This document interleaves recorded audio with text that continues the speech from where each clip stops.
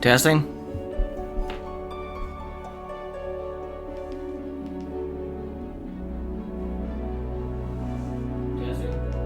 Okay, good. Mic works.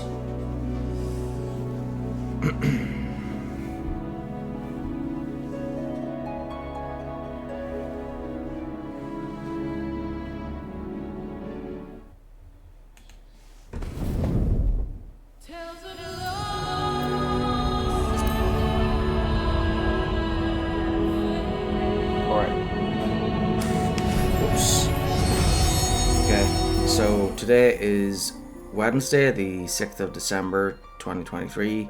Time is 20:08. That's 8:08 p.m. Oh yeah, so my nieces were in earlier today, so yeah, that's another character one of my nieces created. So she copied the one who made this one. Aisling, she copied this one. And yeah, that's Aisling's one, Maria's one, Ul'dah's one, and my sister Kathy's one. And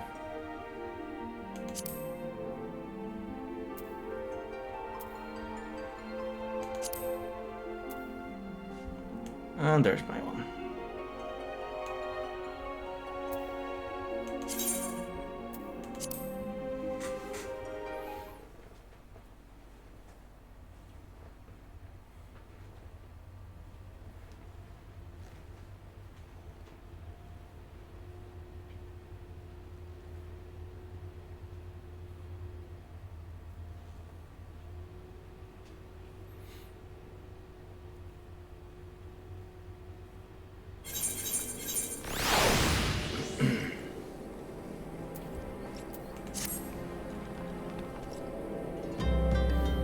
Achievements approaching completion date for testing. Okay, what does that mean?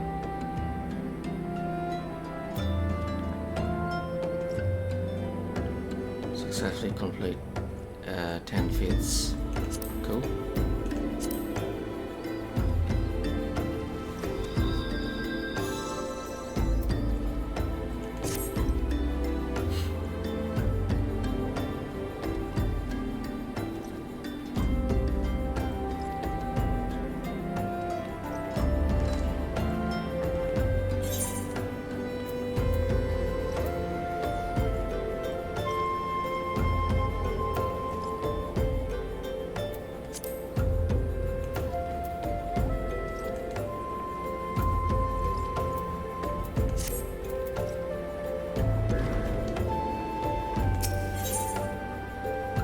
Dr. Noah believes you're ready to join the guild heist.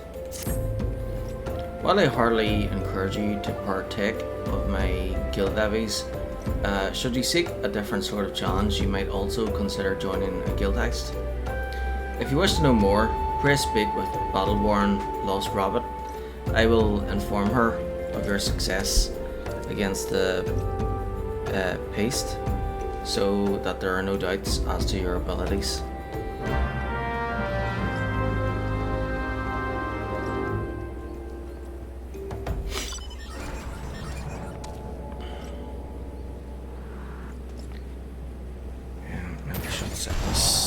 This way.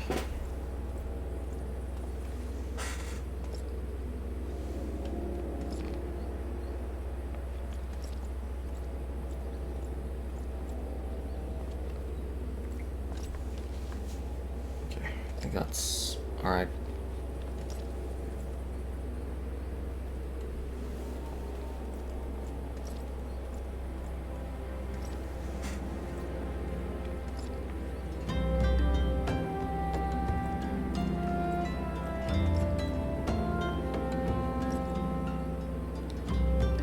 bit of a delay, so I have to wait a bit to see if, wait a second, see if it's okay.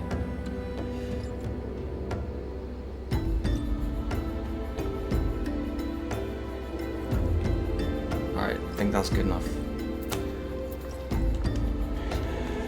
Speak with Battle Warden Lost Rabbit.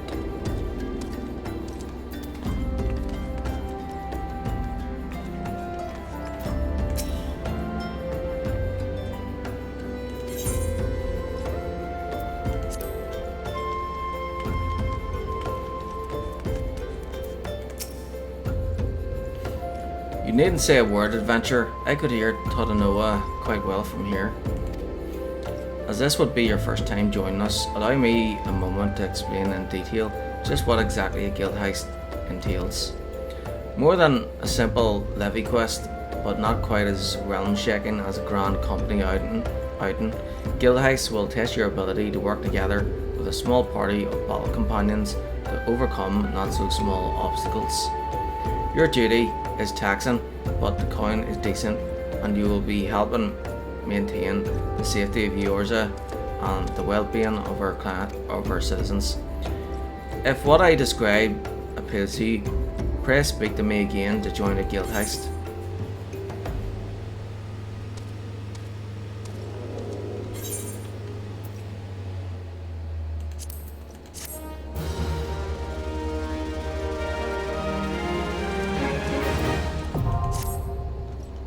Duty Finder unlocked. Guild Heist unlocked. You've now unlocked the Duty Finder. This feature allows you to undertake multiplayer duties without having to form a party on your own. To bring up the Duty Finder interface, select Duty Finder under Duty from the main menu. Guild Heists are special operations organised by adventurers, guilds and overseen by NPCs known as Battle Wardens. Speaking with a Battle Warden displays a list of all guild heists currently available. Please note, however, that each operation has conditions such as level or class that must be met by all party members before the duty can be commenced. At first, you may find that only a limited number of guild heists are accessible, but don't worry, as you progress in level, that number will grow. Guild heists can also be accessed via the Duty Finder, removing the hassle of having to try and gather a party. Okay, so alright, so that's it then. Right. Now what?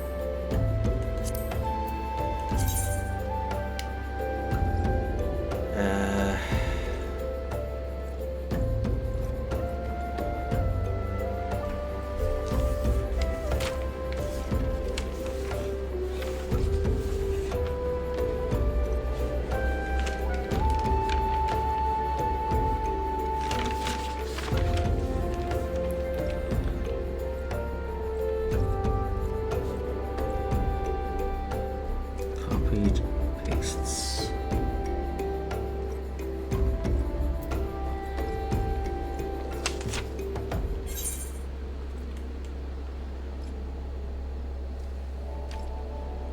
Wait, I've already got that one down. Right, so that's level 10. And then the villain. I don't have that one down. Things that make you go home. Yeah, I've done that one. I've done the Matter of Rust. So the villain.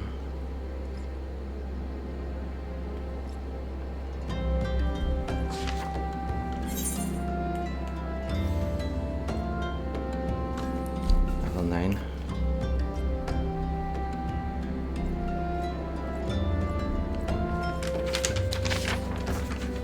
Alright, let's see if I can that one.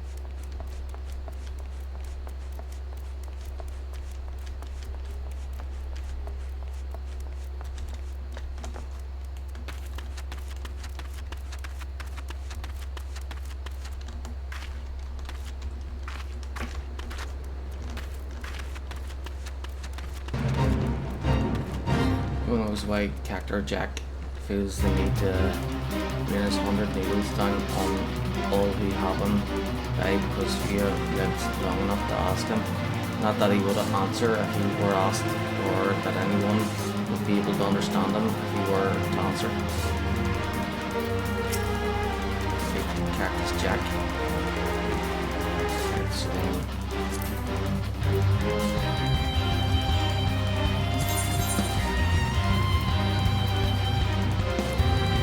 Defender lives in challenge dungeons and other duties. The party of other players may access it by duty in the manual method, which is the appropriate option of the entrance by duty.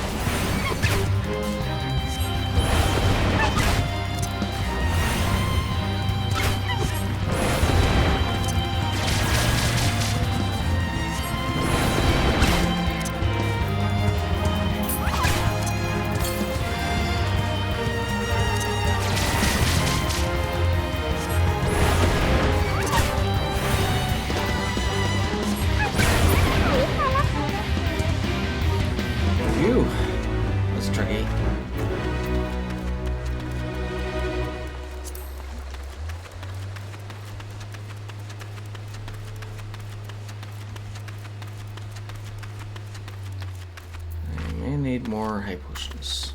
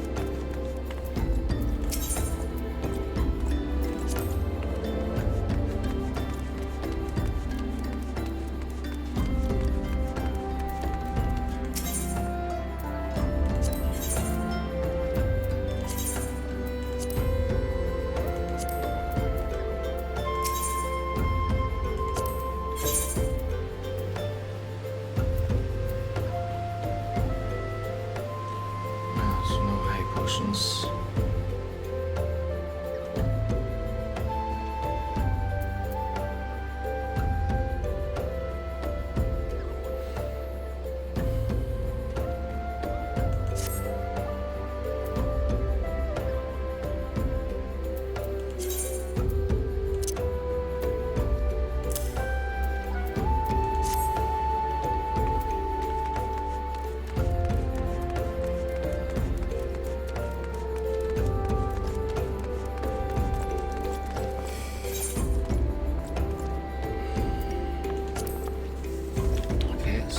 Filling done. And let's see.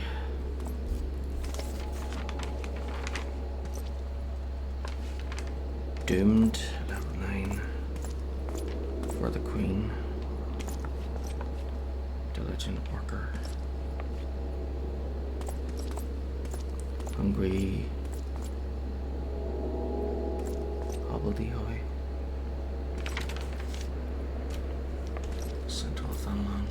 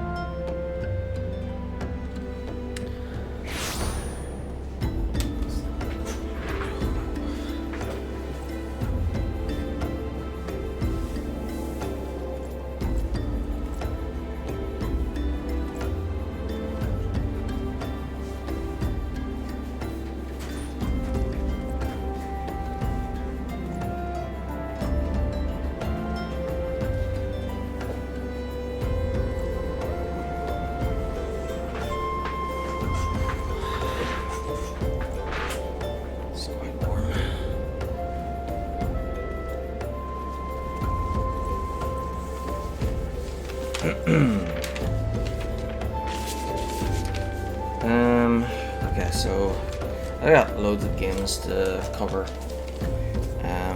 thinking maybe I should focus on. I need to try and focus on the main stuff. So.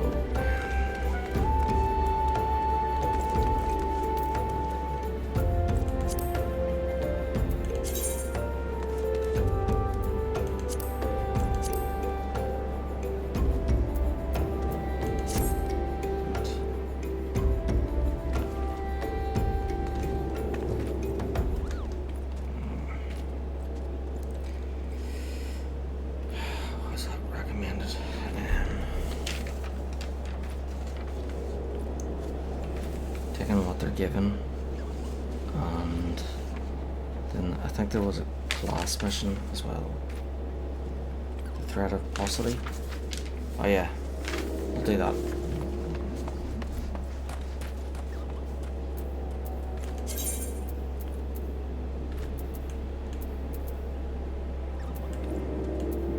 So that's at steps of Ul'dah.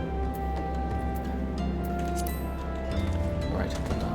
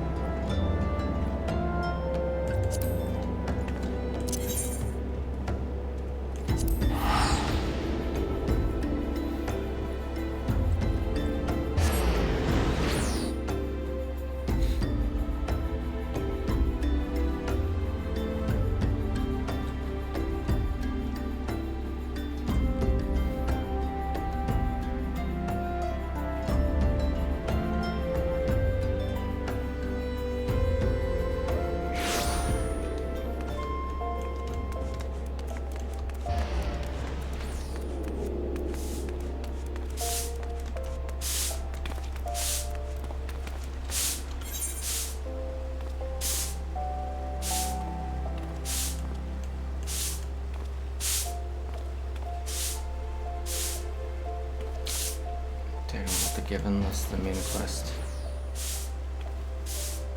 Threat of paucity.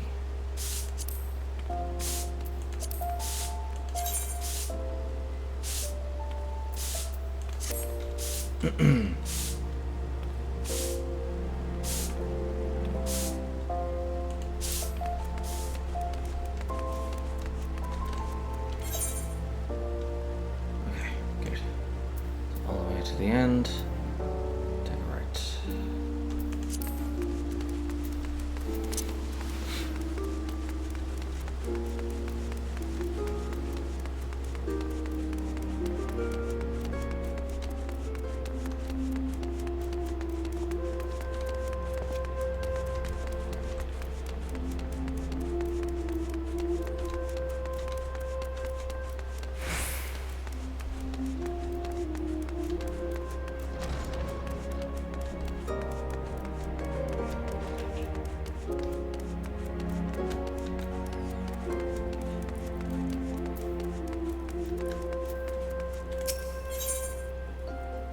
The threat of paucity. Guildmaster Kokobuki wishes you to learn from the second chapter of Thaumaturgy, the Yawning Abyss. Yes, Faye, yes, the aura of power surrounding you is palpable. The glare begins to blind my thaumaturge's eye. Your lesson today shall be taught by Kokobani. Go to him and hear from the chapter entitled The Threat of Paucity.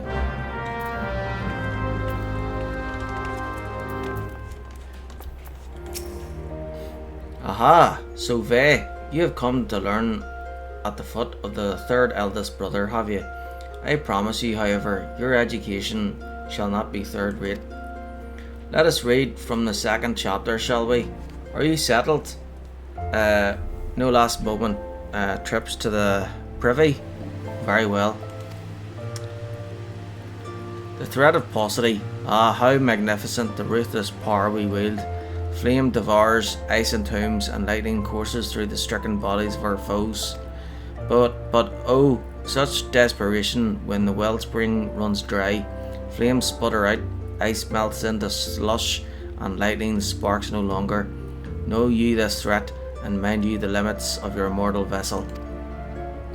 A terrifying thought, isn't it? A thaumaturge who has exhausted her arcane reserves is naught but a woman with a stick and a funny hat. For we mages, you may as well equate the etheric energy flowing through our veins with our very lifeblood. Should a battle find us lacking in this precious resource, we are as good as dead. Controlling the expenditure of your power requires an understanding of etheric balance. The scales can tip in one of two directions, astrally or umbrally. When your mind and spirit lean in an umbral direction, your thaumaturgy is affected by a state known as umbral ice. The potency of your spells is diminished, but they also require less energy to invoke. On the other hand, thaumaturge in the astral fire state will find the potency of her incantations enhanced, but at a greater cost to her etheric stamina. Now, with the concepts of etheric balance and efficient casting foremost in your mind, I bid you go forth and slay 8 efts. Pray to do your best to stay alive. It reflects badly on me when the mauled corpse of one of my pupils is returned to the ossuary.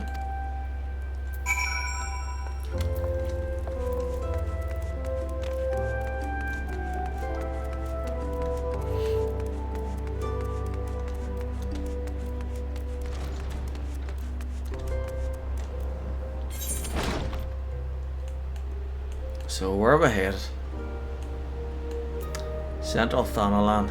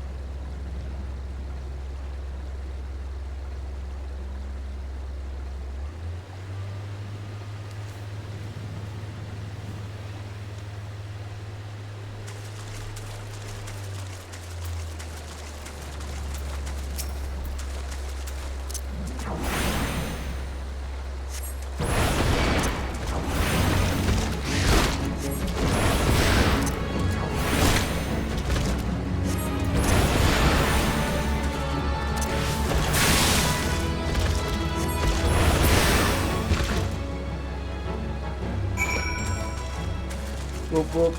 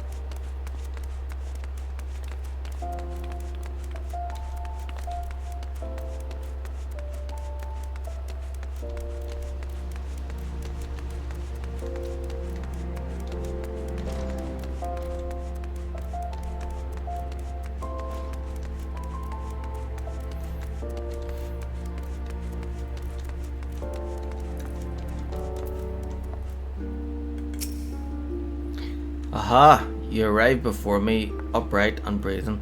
Wonderful. It is so much simpler to pose questions to a student without having to resort to necromantic divination. Tell me, Vey, what action would you take if you found your thaumaturgical endurance exhausted in the midst of battle? Drinking ether. Flee or brandish my scepter as a club. Yeah, we don't want to run away, especially if we're close to beating it. Yes, the scepter is certainly a lethal instrument of death. Your death, you valorous fool. Remember the first chapter. We do not close distance with our enemies, and we certainly do not hit them with our finely crafted tools of thaumaturgy. Pray consider replenishing your energies with a vial of ether before humiliating yourself in melee combat. Ah, ether, the draught of the gods. We thaumaturges, indeed any who practice the arts of arcane manipulation, value this substance above all others. Thus it was with unbridled fury that we received the most recent report of beastman activity. It seems an Ul'dah raiding party has attacked a caravan on the trade routes and made off with an entire crate of precious ether. The time has come for you to put your new knowledge to their test, annihilate these Ul'dah bandits, and retrieve the cargo of ether-filled vials. According to the report, their armoured war transport was last spotted to the south of Drybone. Ah, and I believe Kokobuki has an additional request. While you're busy incinerating Ul'dah, be sure to collect some samples of their blood, assuming you can draw any from their smoking remains.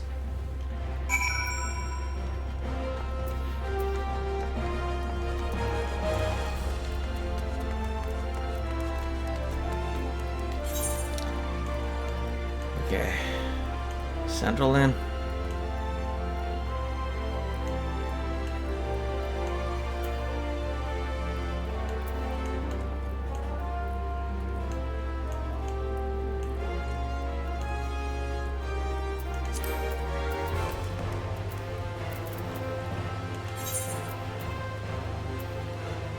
Eastern Thanalan.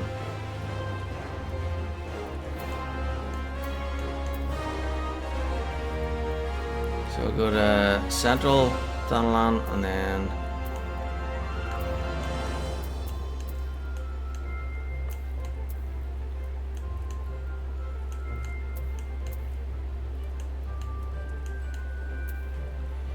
okay, so you got Northern Thanalan, Eastern Thanalan, Southern Thanalan, the Gold Saucer,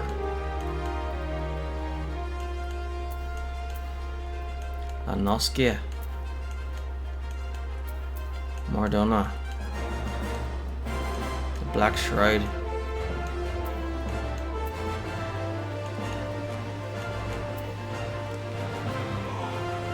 oh dear.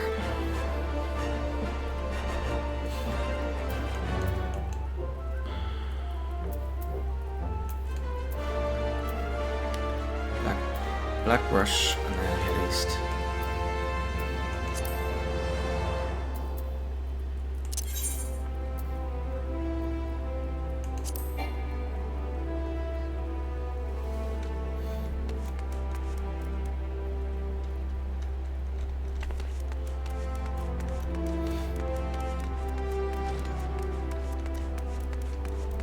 Well, looks like we're walking.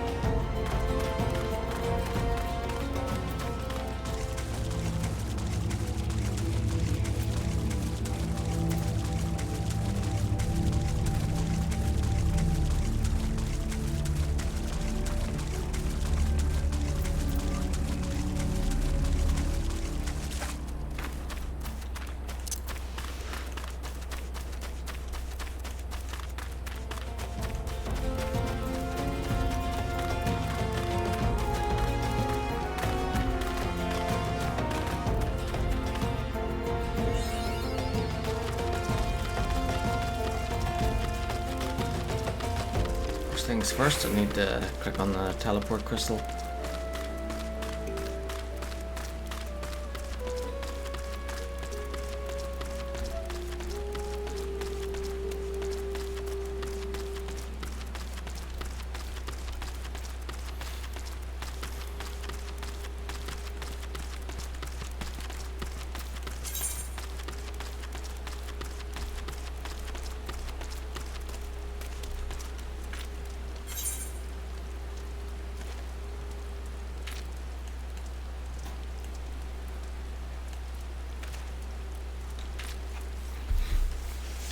Okay,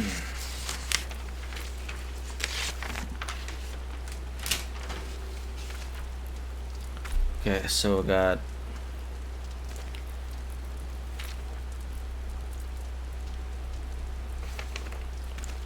levies of Camp Drybone.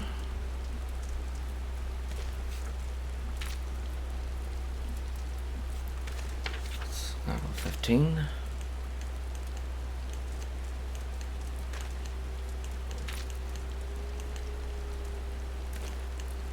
And that's it for here. Okay, so and ET.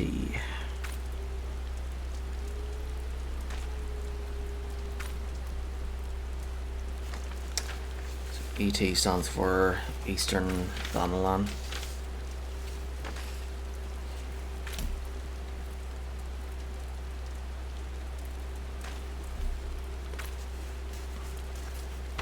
Oh yeah, that's right. I need to write down the chocobo ones.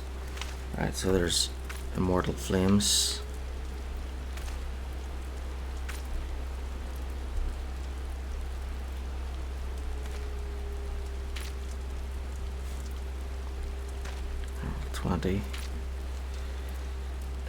Company you keep.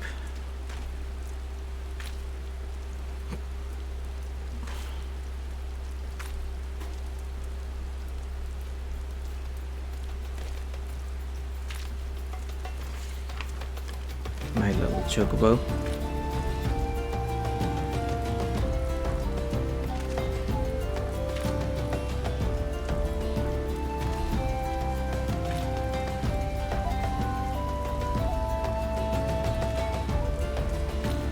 And 200 company seals.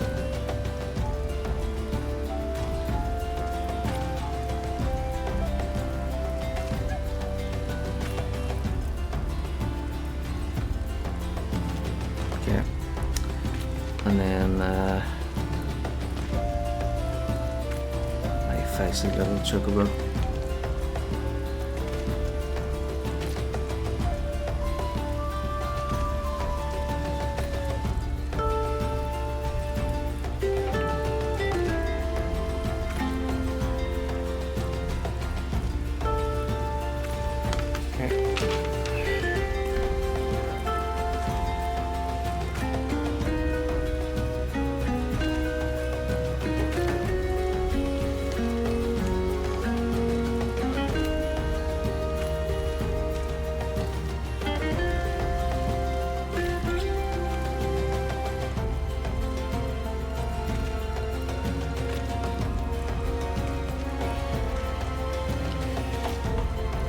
Not sure what's going on with my PS5.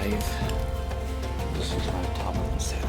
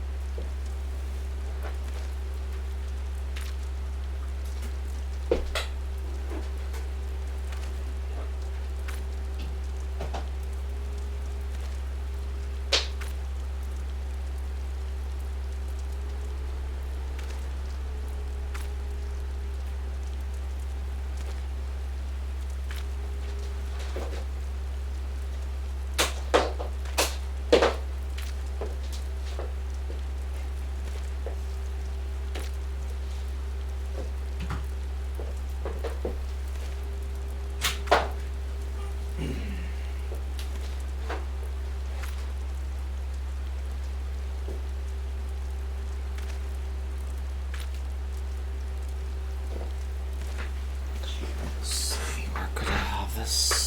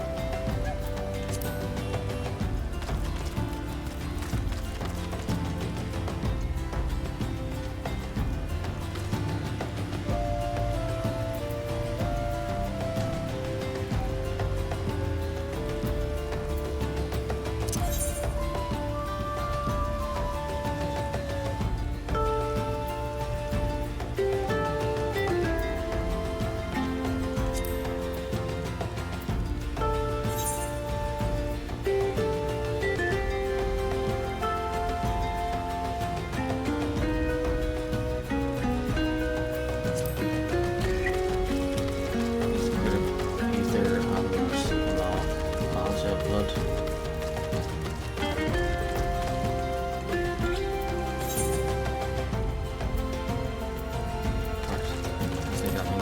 I think that's his brain. Rid of ether and the Ul'dah blood to Kukubani at the Thaumaturge's guild.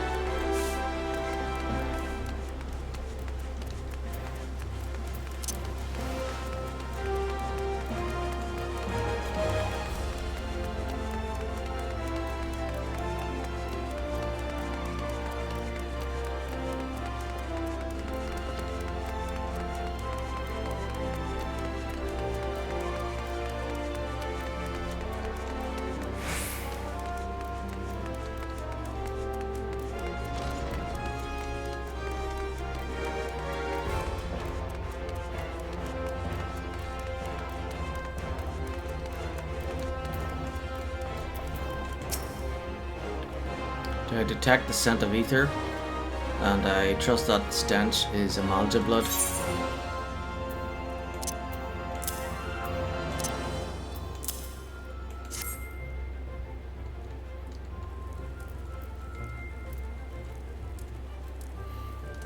Oh, 10 vials, 20, 30. The sight of so much ether is just so very comforting.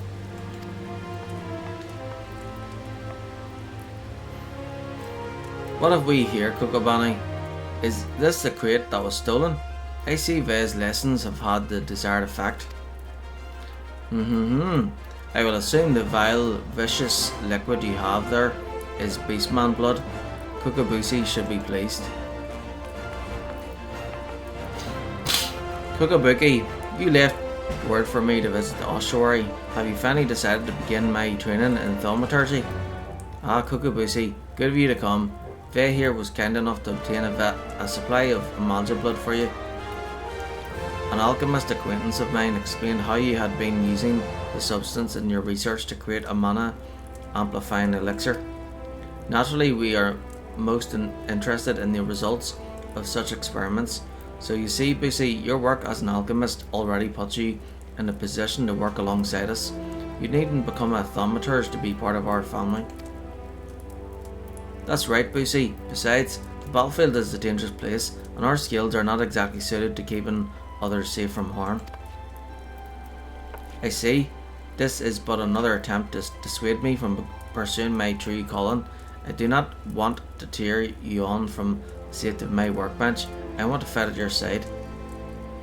But Busi, we just cannot stand the thought of you being harmed. Pray do not do anything foolish.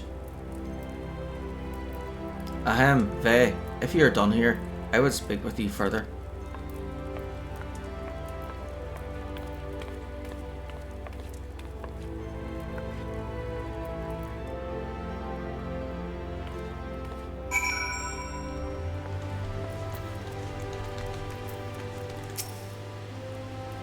As I mentioned before, Kukubusi is dangerously unsuited to the wielding of thaumaturgy. Even with the proper training, he would be unable to evoke the smallest flicker of flame. Were he to attempt to force a manifestation of power, the strain on his whole woefully inadequate etheric reserves would likely kill him. But I did not request your presence to discuss my brother's tragic circumstance. You have completed every trial set before you thus far. I believe you are sufficiently entrenched in the abyss of thaumaturgy that a sojourn to another guild will not unduly affect your studies. Within the walls of Ul'dah, you might visit the Pugilist Guild and train at the feet of Haman Holyfist or Crossblades with the first sword Mila of the Gladiators Guild. Or should you tire from the demands of battle, there are guilds that offer instruction in the trades of weaving, goldsmithing and alchemy. I believe there is even a guild that teaches mining of all things. I should hope, of course, that thaumaturgy remains your first and foremost obsession. Do not absent yourself from us for too long, Vay. Let's see. Copper scepter.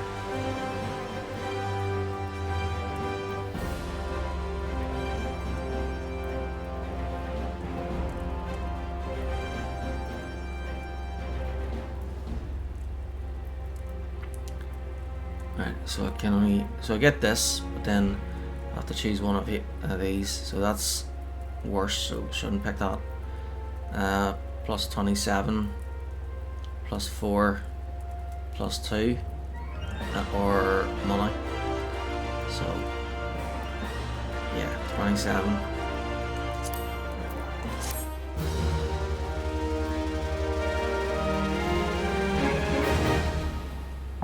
Armory unlocked.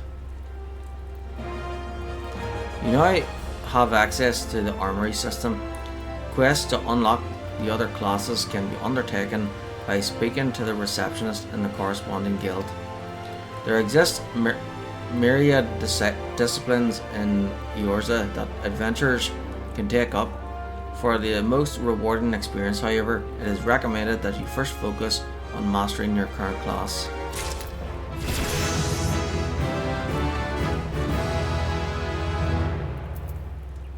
Lucid dreaming.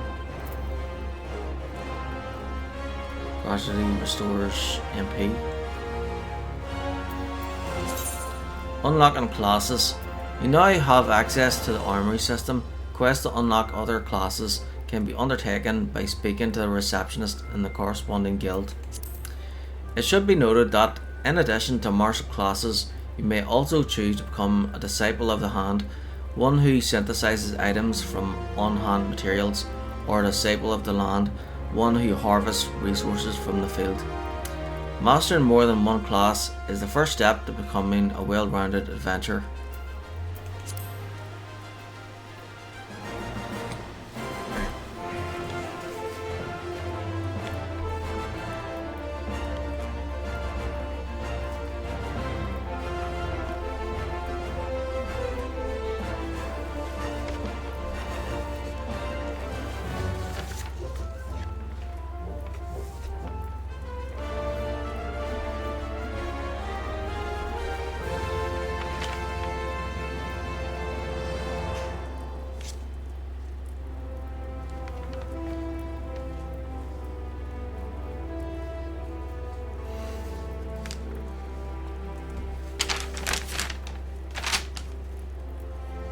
Yeah, don't need this anymore.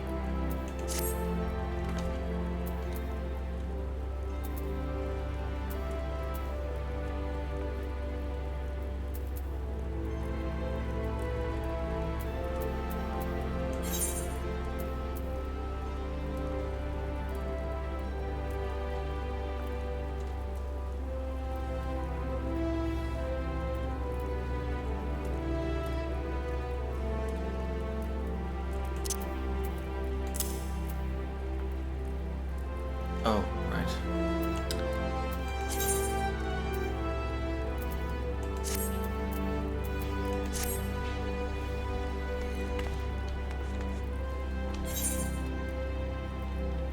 Right, the threat of superiority.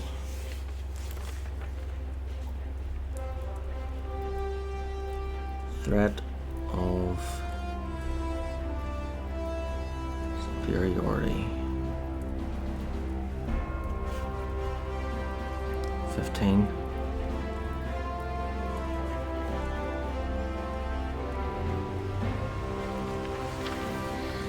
Right.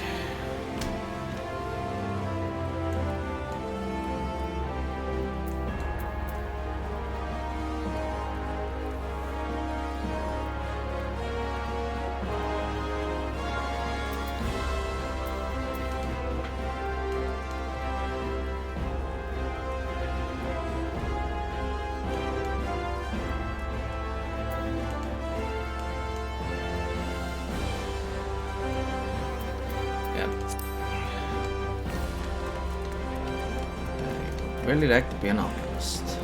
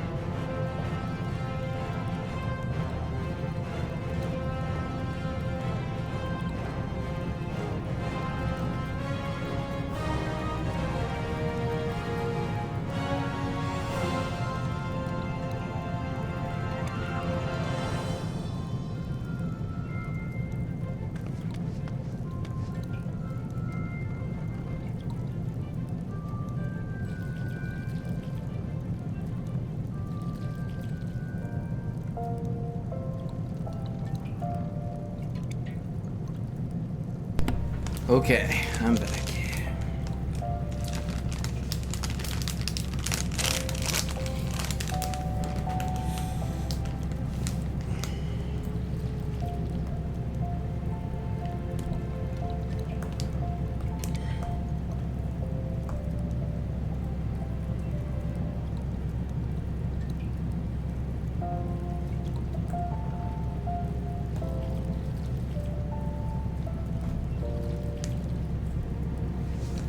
There we go.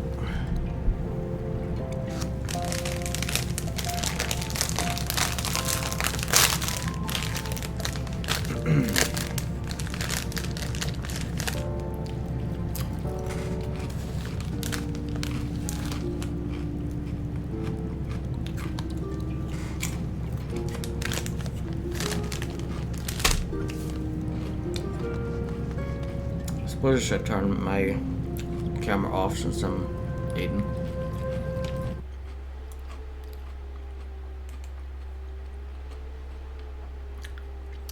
Don't want to appear rude.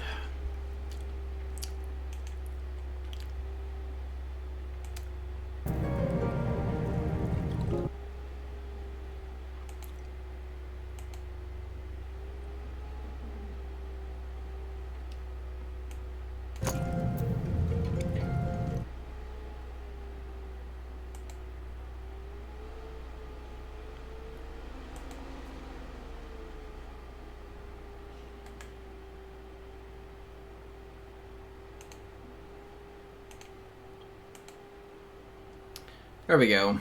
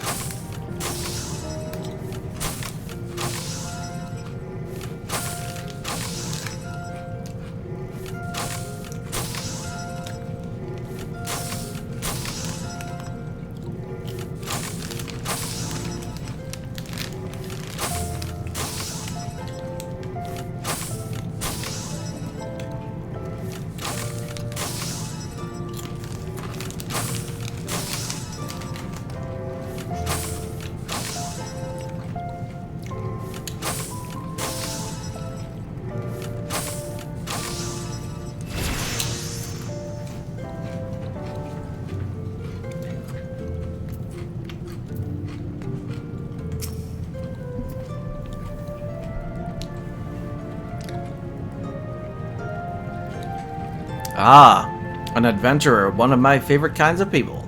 I find your unquenchable thirst for exploration neatly complements the burning hunger for a saged city that marks our dedicated members. Welcome to the Alchemist's Guild. Though I hesitate to define alchemy in such narrow terms, our main field of expertise is the concoction of various potions and elixirs. There are salves to treat all manner of afflictions, not to mention miraculous libations that enhance the imbiber beyond her natural physical limits. As an adventurer, I'm sure you can appreciate the eminently practical applications of our work. What say you, madam? Care to take up mortar and pestle and join our ranks? Yeah. Wonderful. Now then, allow me to give you a brief history of the guild before we tackle the official paperwork. Although alchemists are presently known as quintessential brewers of potions, the profession itself arose from the desire to achieve an as yet unrealized ambition. The original driving purpose behind our art was, and perhaps still is, the discovery of a process that can transform base metals into gold or silver, and the mystical medium thought necessary to effect such a transformation is this philosopher's stone, which is itself believed to have Panaceian properties, and be capable of bestowing eternal life. Though success yet eludes us, years of endless experimentation towards this golden goal had the initially unintentional consequence of unearthing a wealth of knowledge in the field of alchemical medicine. Regretfully, alchemy's potential to enrich the lives of the masses was first met with a wave of distrust, as if our ability to create healthful compounds was akin to dabbling in back-alley witchcraft. The profession eventually gained credibility in Ul'dah through its integration into traditional medicine by Fundel's Frontistery, an institution known for producing respected physicians. Once the city's shift in perception became known, budding alchemists wishing to study without fear of persecution journeyed to Ul'dah from every corner of the realm. It was not long before this gathering of inquisitive minds banded together to form the Alchemists Guild. Thus, while our organization is intensely focused on perfecting and sharing the fruits of our research, it is also of paramount importance that we uphold the reputation of alchemy itself as a legitimate discipline. If you would revel in the secrets of our art, then you must be prepared to shoulder the responsibility I have described. Take a moment to dwell on these words before you truly enter the world of alchemy.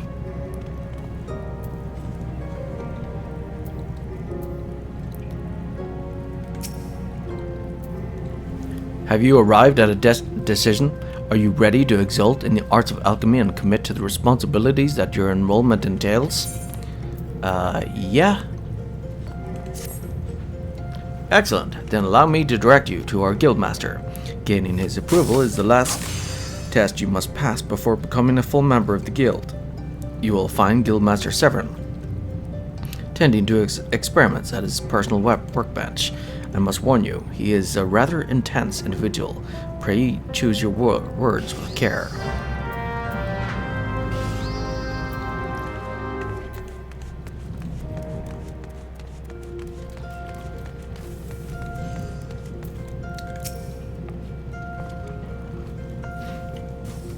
What? What is it this time? Ah, you must be the merchant's lackey, come to bring me my imp wings. Let's have them then. Not a lackey? An inspiring alchemist, did you say? Speak up and pray that I heard you awry. Did that babbling fool Detrick send you to me? I specifically requested that I be disturbed for nothing less than the coming of a second calamity. Do I appear as a kindly mentor to you? My research demands my absolute and undivided attention. Now be gone, before I am forced to... But wait, perhaps again... Yes, you may be the very assistant I require. I have had a change of heart. Congratulations, I approve of your application to the guild. It is with great pleasure that I welcome a fellow seeker of knowledge into the fold. We can dispense with the interminable initiation ceremony. Yes, here's your first alembic. Try not to drop it, for there is much work to be done. Yes, much work.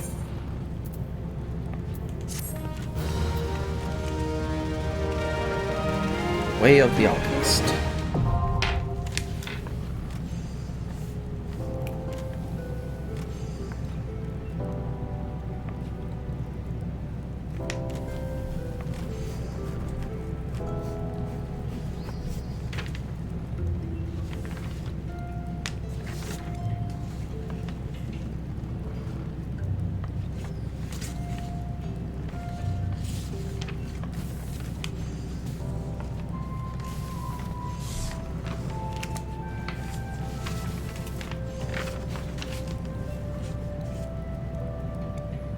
So I need my crafting skill is alchemy, so it requires the botanist gathering skill.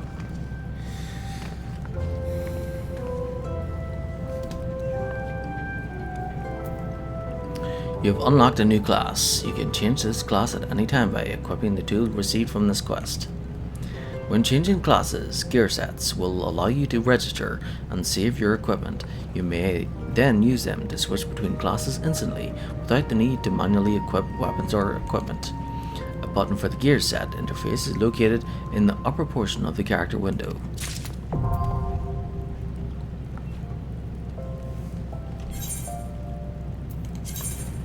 Changing classes. Your main weapon determines your current class. Changing classes is as easy as equipping a different type of weapon or tool to your main hand slot. When playing more than one class or job, gear sets allow you to save different combinations of equipment and swap them at your leisure. A button for the gear set interface is located in the upper portion of the character window.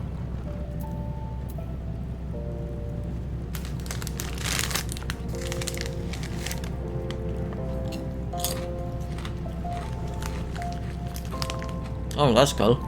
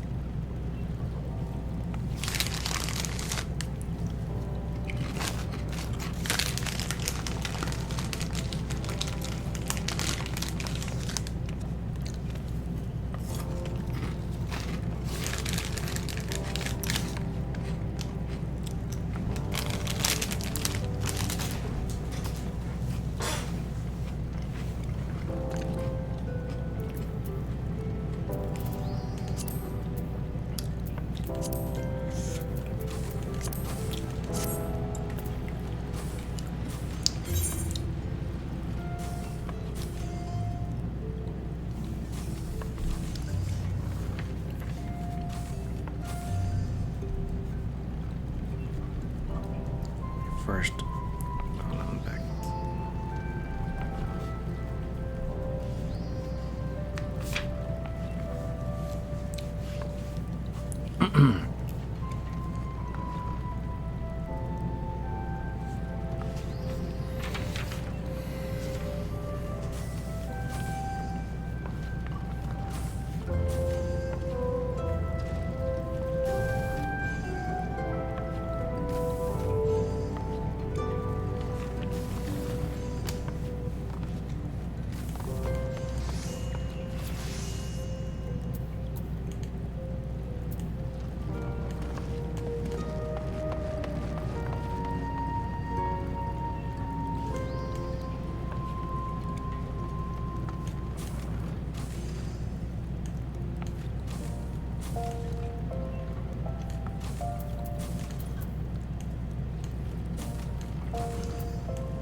And where is... So you want to be a botanist?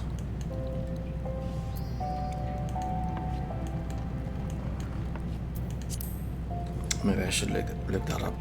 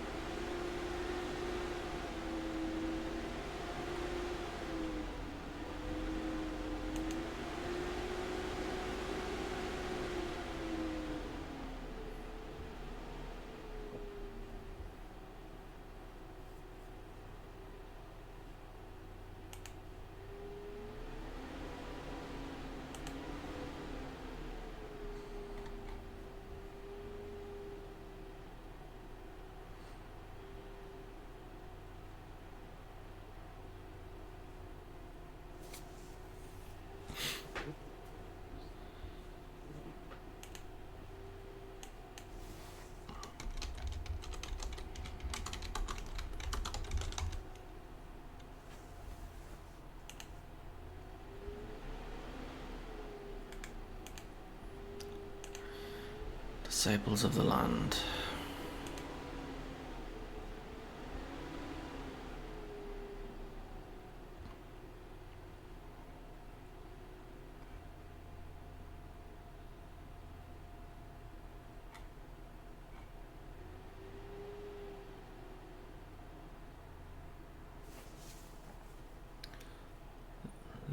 Kilt, Ul'dah.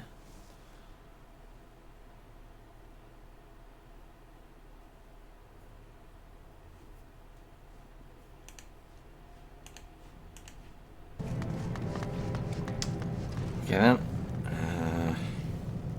Right. No idea where Ul'dah is.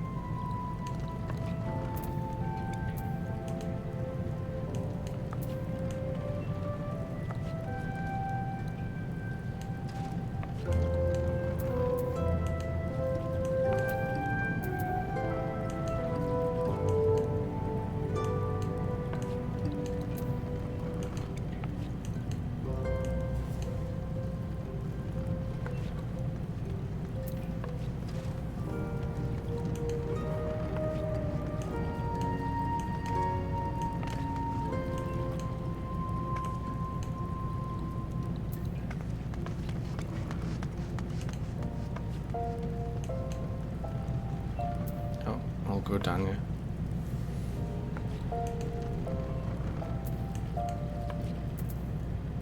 Ah, button is skilled.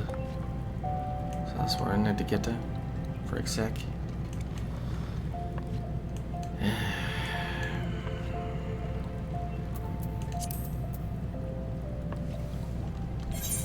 Well, I'll have to leave that one for later then.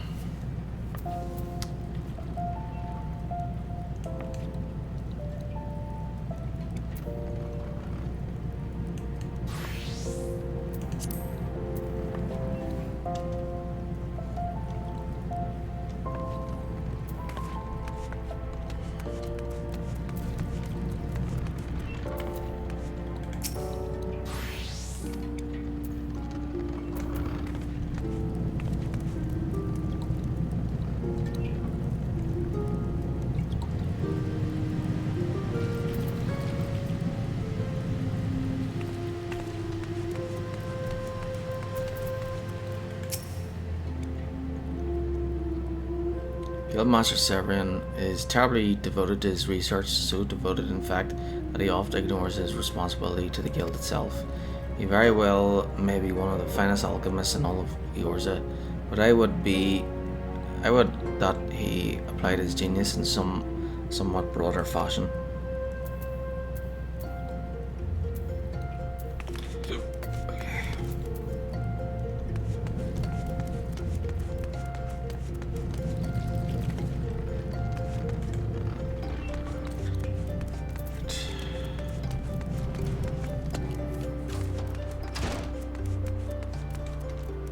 Moving on.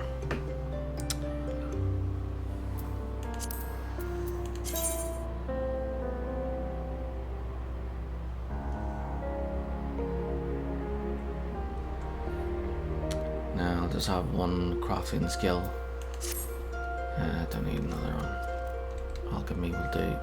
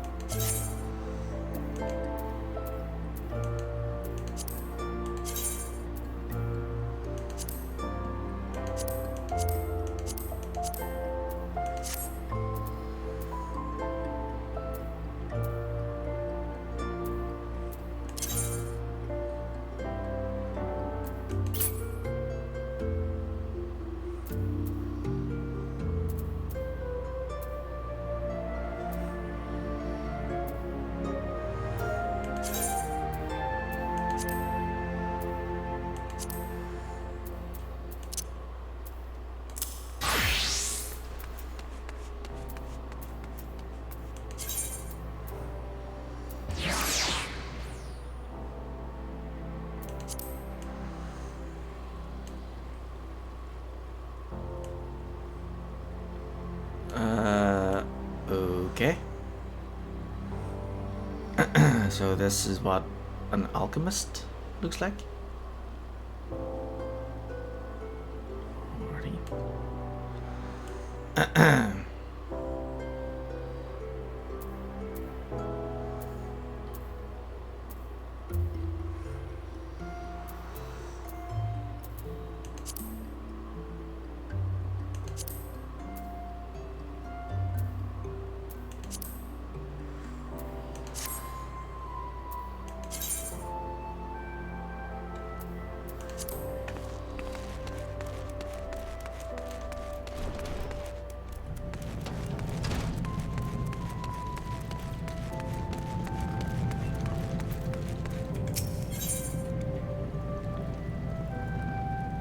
Guildmaster Severin wants you to use the weathered alembic to perform your first alchemic miracle. I see you've managed to take hold of the alembic without injuring yourself. An auspicious beginning. Let us see if we can continue this trend of unexpected success. For your first lesson, I want you to use your weathered alembic there and make me a bottle of distilled water.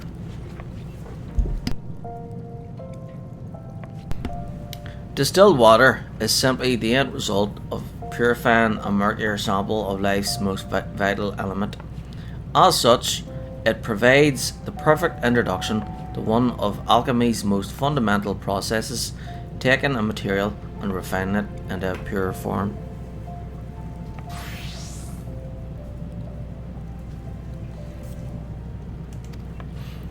To perform this rudimentary exercise, you shall require a pail of muddy water and a water shard. The impure water can be purchased from the supplier standing near the entrance to the guild. The name momentarily escapes me. Esminet? Yes, that was it. If it happens that you find this basic task beyond your abilities, then mayhap alchemy is not the discipline for you, which would be quite upsetting, as I detest the thought of having to select a new assistant. Try not to disappoint me. To synthesize a bottle of distilled water for Guildmaster Severian, select logs from the main menu, followed by crafting log. Main menu, logs, and crafting log. All disciples of the hand receive a crafting log, which contains the recipes of every item they can synthesize. The crafting log can be opened by selecting the logs from the main menu. To begin synthesis, you must first select the crafting class and level tier of the item you wish to create. Once you have highlighted the item, confirm if you possess all the materials necessary in your inventory. If you do, select the synthesis button to begin the crafting process.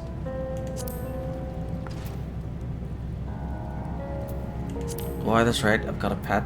Forgot about that.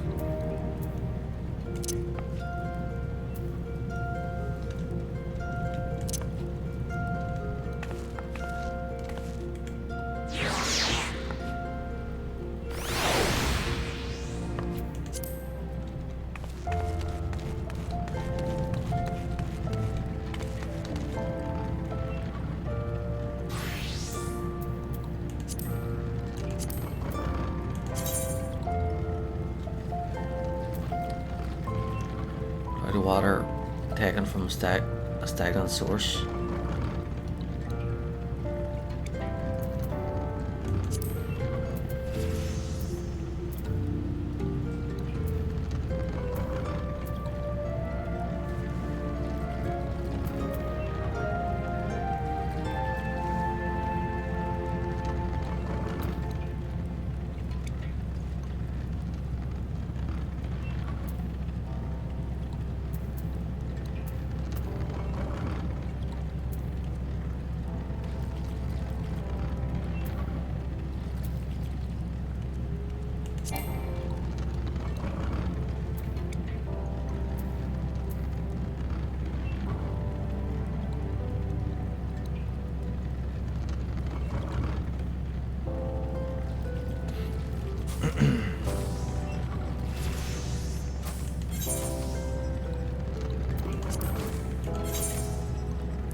Guildmaster Severian has instructed you to use your alembic to create a bottle of distilled water.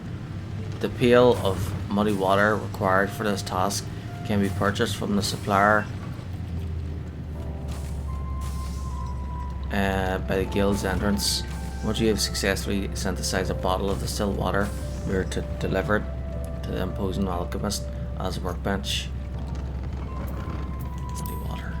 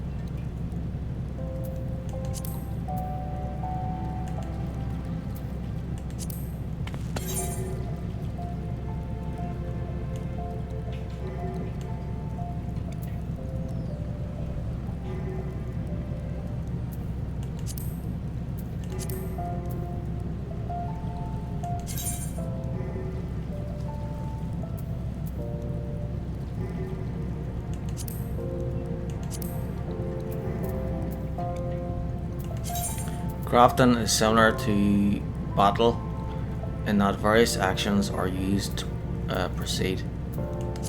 Successfully crafting an item entails executing synthesis actions to achieve 100% progress before material durability reaches 0. If durability reaches 0 before progress is reached 100%, the synthesis will fail and some of the materials may be lost. Items that you have successfully crafted at least once will appear with a check mark on their icons. Crafting an item for the first time will earn you a special experience point bonus.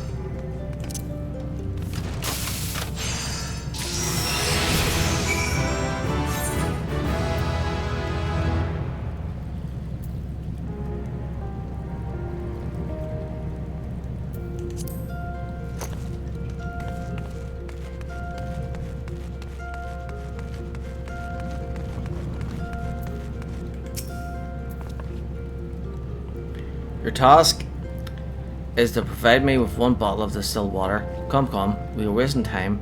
Purchase a pail of muddy water from Esminet if you must.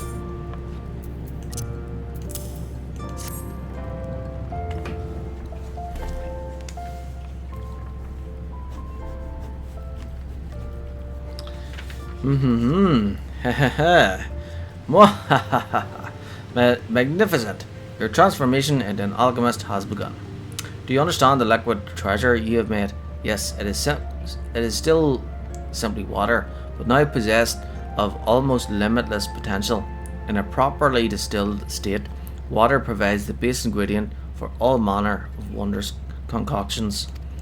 On the other hand, a potion created with impure water is not only unlikely to have the desired effect, it may very well poison the imbiber. Look well upon the substance you have refined. See how crystal clear it has become. Not the most flavorful of libations, but still refreshing to pour over one's head on a stifling summer afternoon. Tell me, how did you feel in the instant of its purification? Such a fine result must have sent thrills of excited satisfaction down your spine. Yes, I know well that sensation. To glean a pristine drop from filthy swill, it is a miracle born of mortal artifice. Nothing can compare to that rush of triumph in the moment when physical laws bend to one's will. Nothing. The greater your mastery of alchemy, the more ecstatic that feeling becomes. Go, fill your chambers with bottles of distilled water and revel in each success. I return now to my experiments. When next you disturb me, I shall expect your skills to be worthy of a guildmaster's chosen assistant.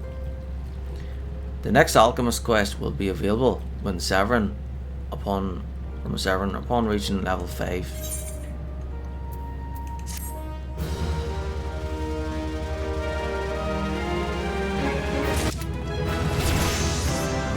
Level 5.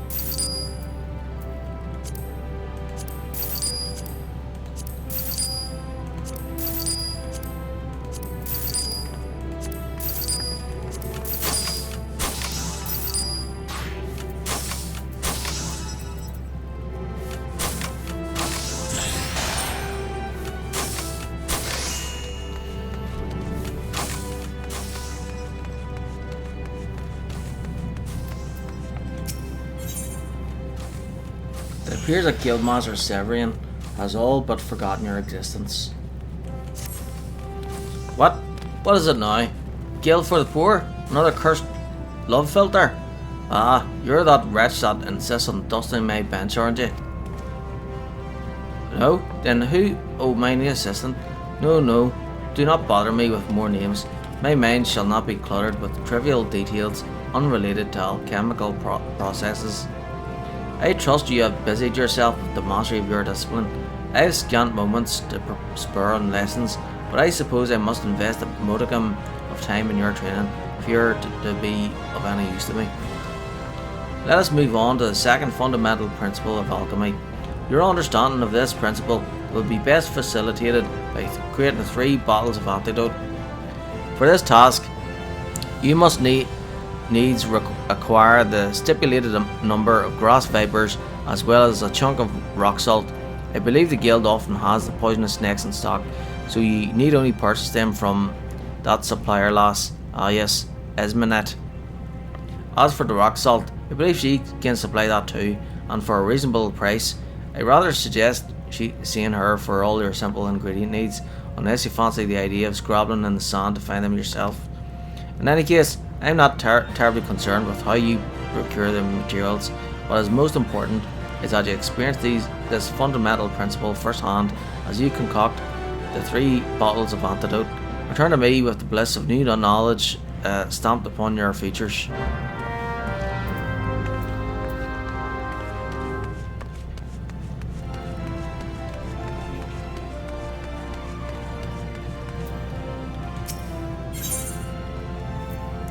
So, rock salt and venom glass.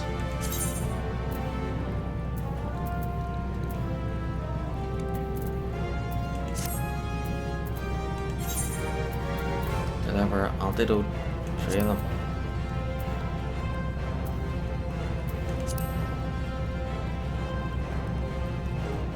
So we need 3 rock salt and 3 grass viper.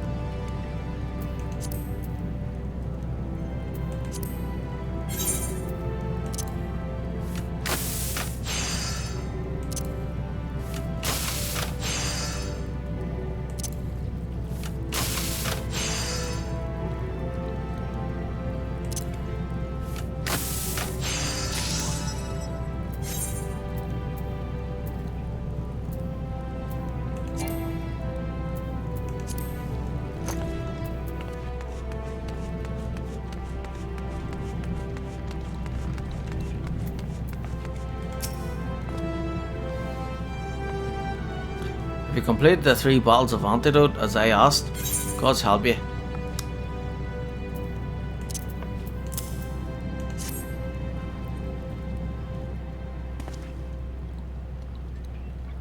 Aha! An excellent result, my precarious protege. I see you have attained the optimum viscosity without clouding the crimson hue. It will be most interesting to see how well these mixtures perform on live test subjects. Well, of course they'll be poisoned. How else would I gauge the efficiency of your work? But never mind that. What have you learned of the second alchemical principle?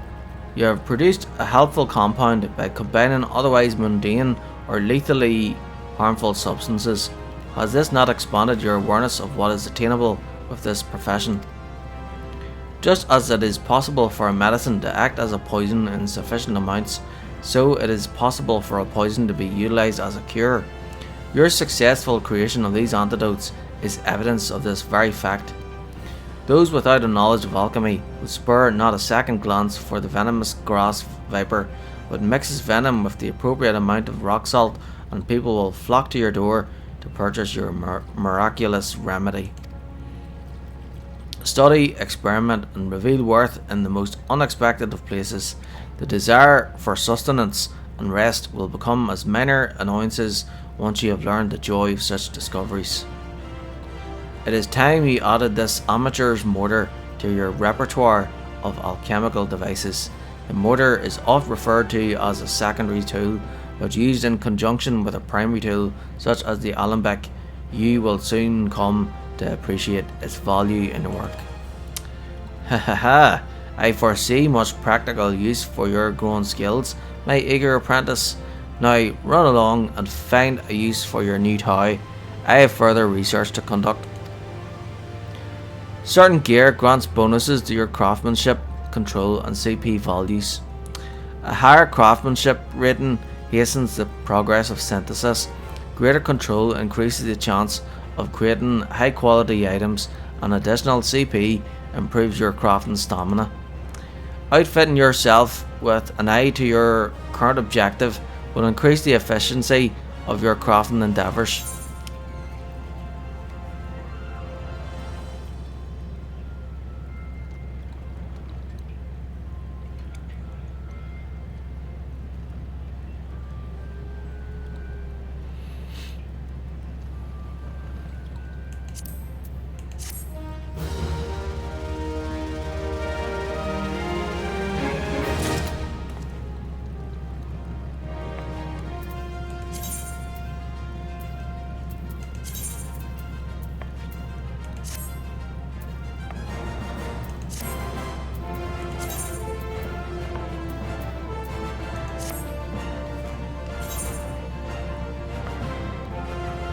All of your beeswax.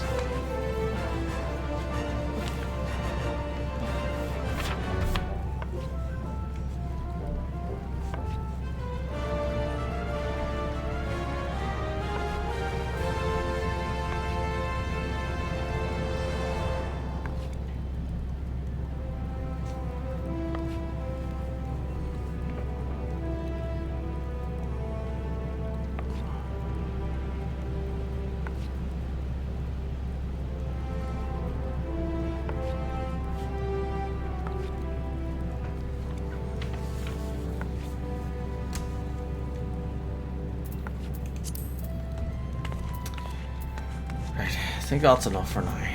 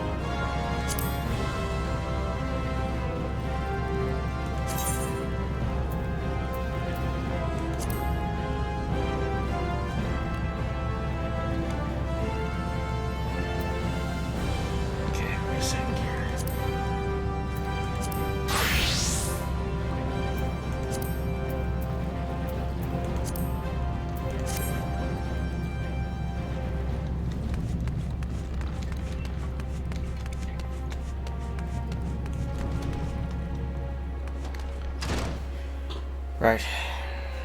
Now.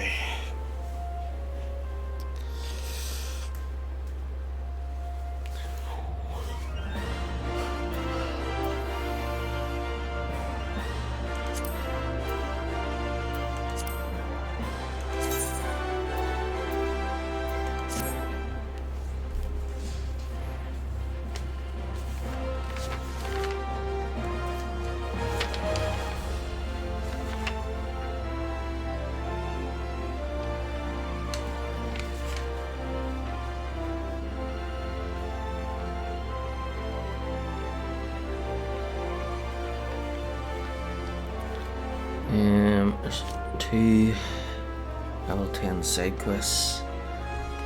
I'm going to do this.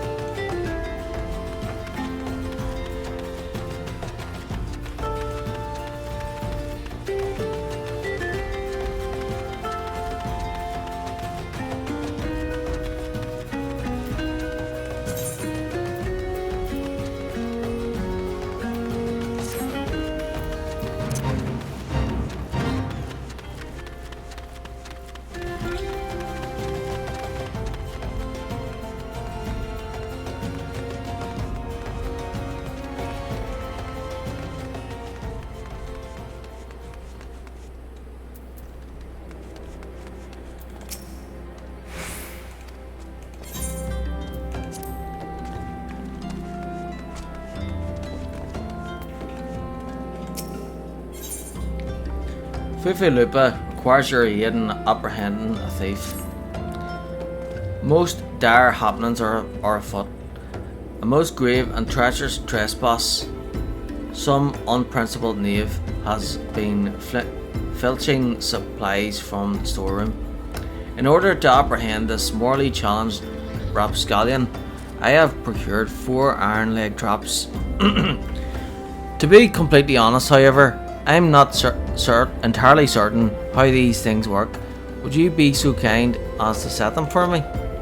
Once you're done, please report to my fellow brass blade, Chetezan.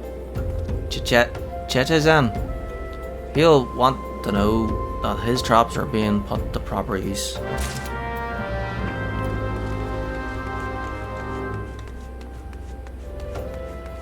By the toe, set the iron leg traps.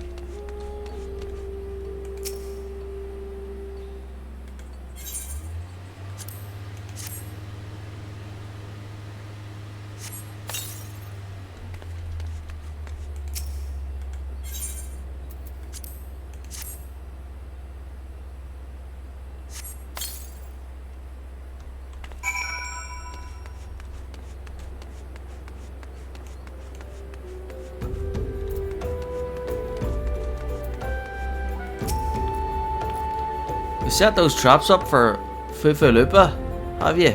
Excellent. Perhaps now we'll see who all his balls on his knapsack. Are those my leg traps in front of the gate? A trader's chocobo could step right into that and lose a foot. I'd better disarm those things before someone important is horrifically injured. Yes, I know you were just following orders. It's Ul'dah, you see. He certainly means well, but disaster follows the man like a behemoth chasing a butterfly.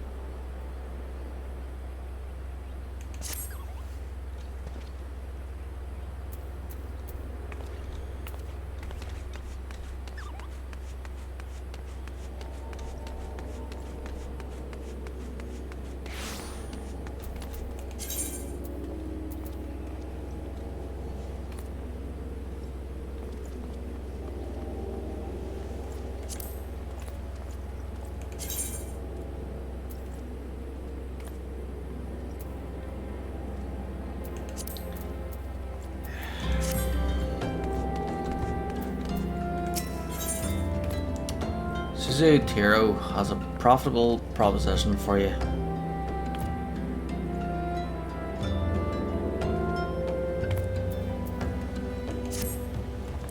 Greetings, adventure. If you have a moment to spare, I have a proposition that's guaranteed profitable and legitimate both.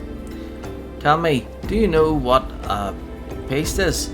It's the scalekin that looks like a snake, except it gets around on four legs. The creatures are wont to petrify their prey with their dreadful gaze before moving in for the kill. I want to get my hands on their eyes of the serpent, they're called, and I need someone who knows how to handle deadly wildlife to do the procuring for me. If you could slay some of the beasts and bring me 4 of their eyes, I see to it you're well rewarded.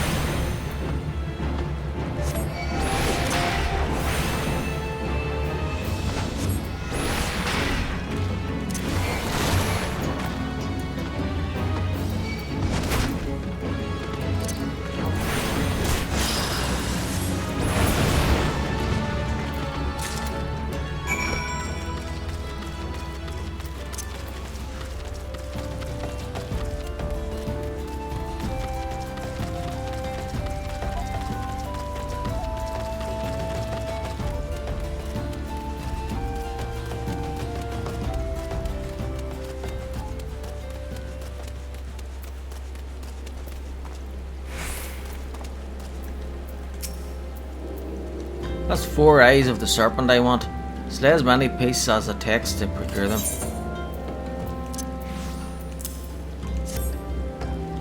The eyes? My thanks, adventurer. What do I mean to do with these things, you ask?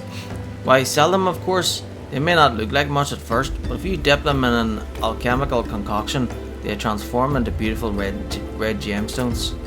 And these gemstones happen to fetch a handsome price in Gridania. Pieces aren't found in the Black Shroud, you see. As a merchant, it's my job to know such things.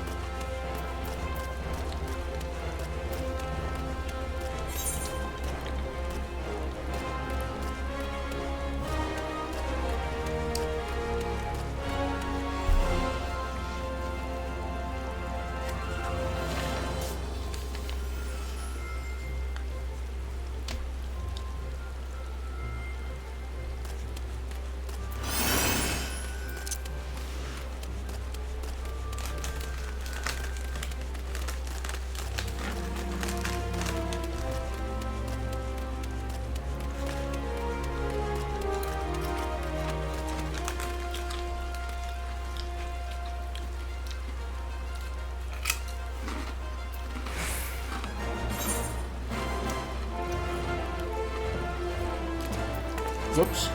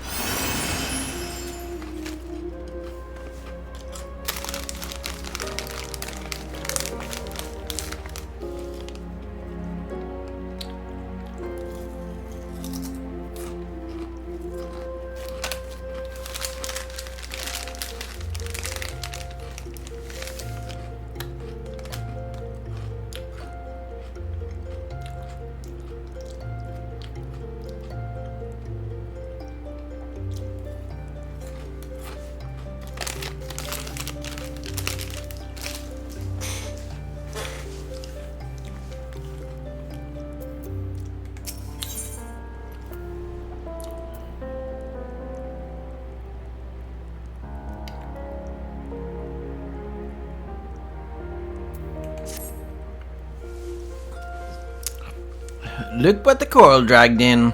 Good to see you, Vay. I'd ask what brings you, but I reckon we both know the answer to that already. Well, have I ever let you down before? Wait, don't answer that. So, happens I know a fella by the name of Dedadan who needs a hand. He's a merchant by trade, selling precious stones to those in Ul'dah with the means to buy them. He's asked that I send any looking for work his way. You can find him over in Horizon if you fancy. That's in western Thanalan, mind you. Just cross the bridge north of Scorpion Crossing and the road will take you there.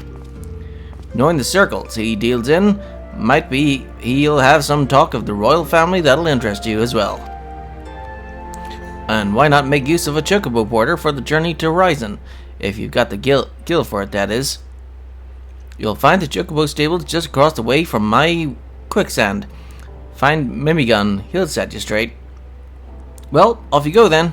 I haven't got all day to be holding your bloody hand.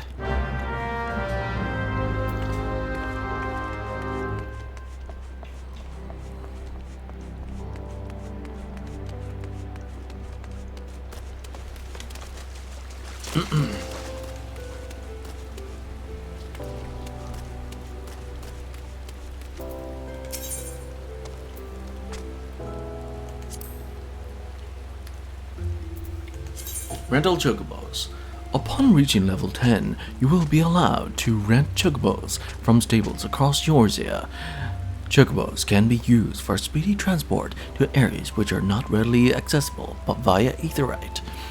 While riding, you will have complete control over the chocobo until you either dismount, enter deep water, are attacked, or the rental period expires.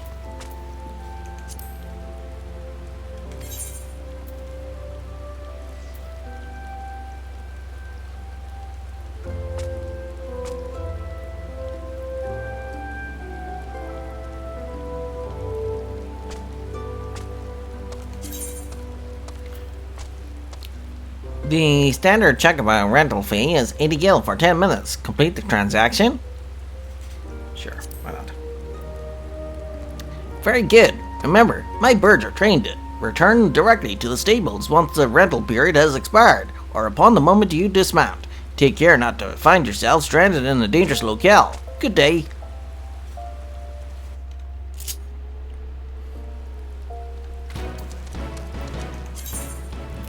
Dismounting rental chocobos. While on Chocoback, a chocobo icon will appear near your status effects bar, indicating how much time is remaining before the rental period expires.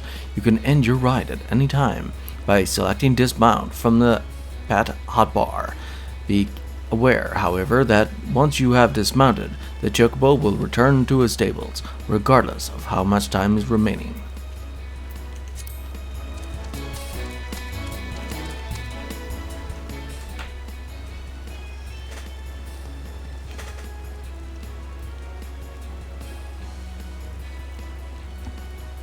So I've got 8 minutes to get to my destination.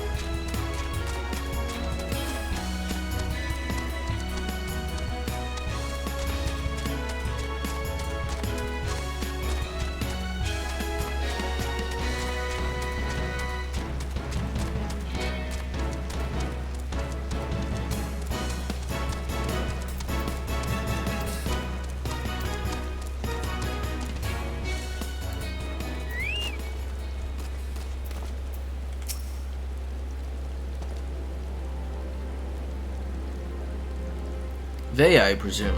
Aye, Mamodi said to expect you, and so I have. Welcome to Horizon. Ours is a trading settlement that sees goods in from the port of Vesper Bay to the west, and trade we do. Nary a day goes by that Horizon isn't bustling with some manner of merchants and officials. They keep us running about busy, they do. Enough so that I wish I had chocobo legs in place of my own. And that's why I've asked Mamodi to send me any souls looking for work. 12 no, there is plenty of it to be done around here. Speak to me again when you are ready to make use of yourself of some use.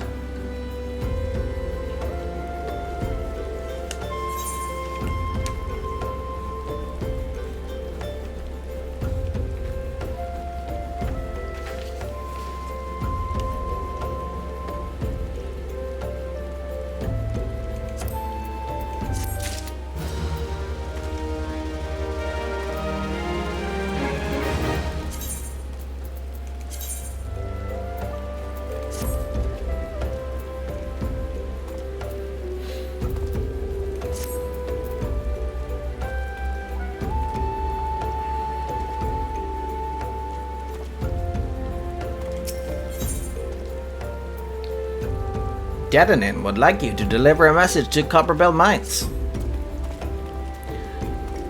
It so happens that I've a situation that must be resolved post-haste, and I do mean post-haste. I am plumb out of premium product, and my latest order has yet to arrive. If I keep my customers waiting any longer, this could irrevocably damage my reputation. What's worse, I paid my man in advance for his services. Despite his assurances that it would be a simple affair, I have heard nothing since he departed for Copperbell Mines days ago. Find Drunken Stag and give him this notice. I cannot afford any further delay.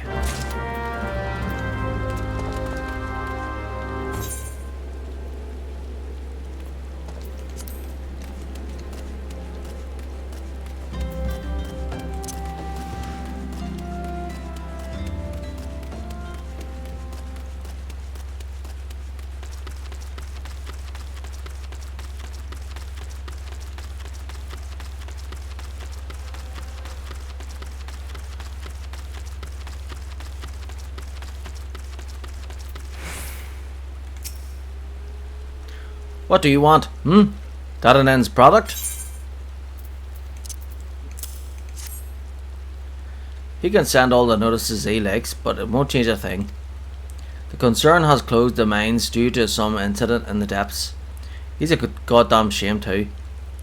It's a goddamn shame too. Lost a decent haul just over yonder during all the chaos.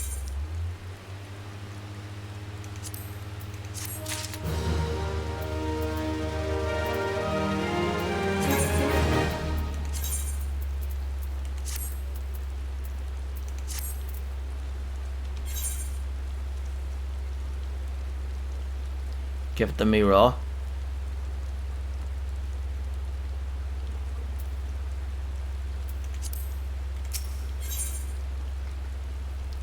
No tool gets left behind.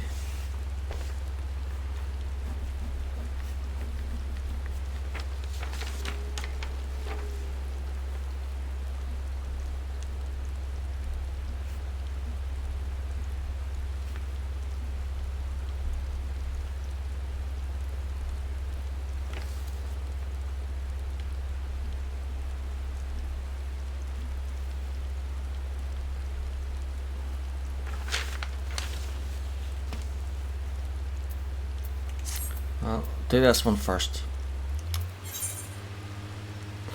Give it to me raw. Drunken Stag needs someone to retrieve the raw Nasha shite he dropped outside the mines. The product you heard Dadanen going on about is a valuable gemstone known as raw Nasha shite. I managed to dig up a goodly amount just before the mines were closed off actually. Packed it up and hauled it out even. But then them 12 damn goblins came along. Not like any goblins I'd seen before, and hungry only for their good rocks. They had eyes for my gemstones, so I had no choice but to oblige. The stone torches had their hands full evacuating the mines, so they ignored the base. Even now, They're only concerned with keeping people out. Please, friend, if you're willing to face the goblins, would you bring me my Nasha shite?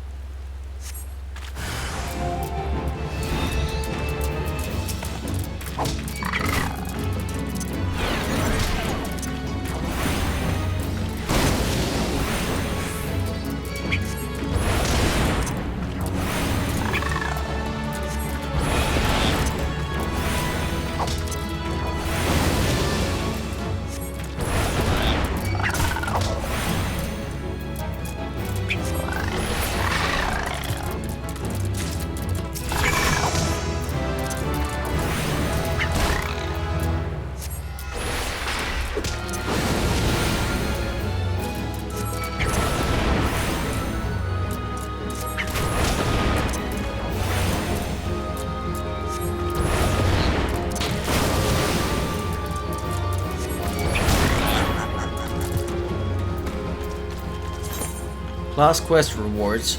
There are some actions which only can be learned by completing specific class quests.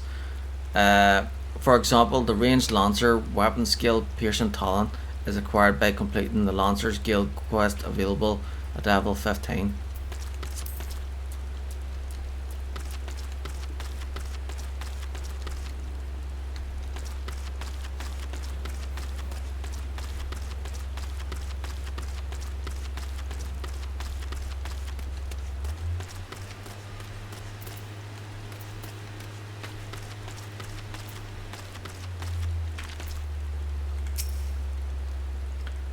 How did you fare, friend? Did you find the raw NASA shite?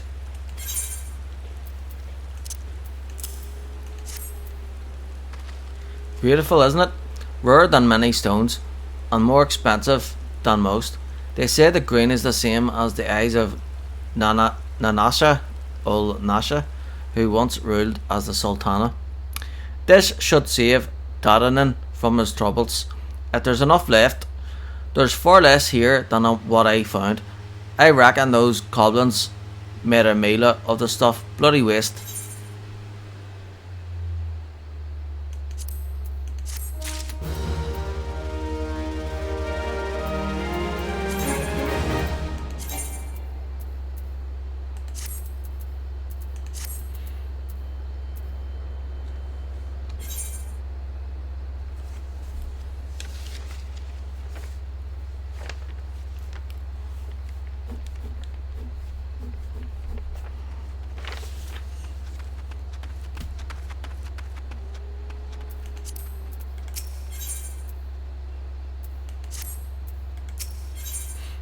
Toward Whisper.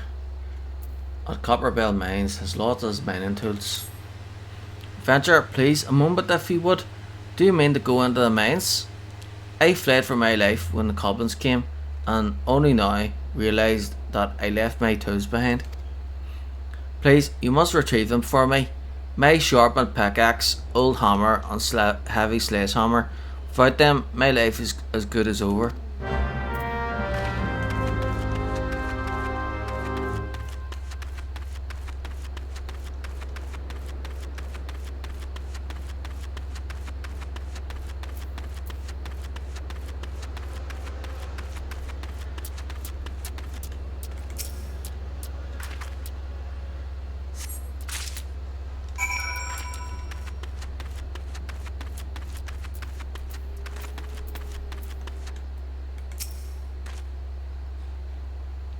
Well, the mantle of adventurer does not drape so awkwardly from your shoulders as it once did, but while questing alone certainly brings its own rewards, you haven't truly adventured until you've delved into some darkened dungeon, stalwart comrades at your side. Ancient ruins, echoing caverns, and all manner of deadly places lie hidden across the realm, and these are best conquered in the company of trustworthy allies. And such advice holds true for many a formidable foe that would crush a solitary adventurer. How one fights in a party, however, is often drastically different from how one fights alone. Thus we construct the Hall of the Novice, where we endeavor to prepare you for those differences. The hall can be found just north of Elport in western Lanoskia. Within its walls we offer burgeoning heroes a bevy of training exercises. Step into the flames, my friend, and forge the skills you shall need for the morrow. Hall of the Novice membership granted.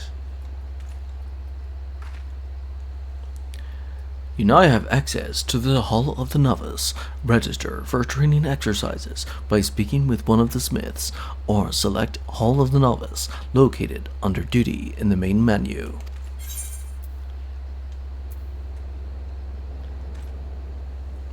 DPS training. Exercise 1. Avoid area of effect attacks. What?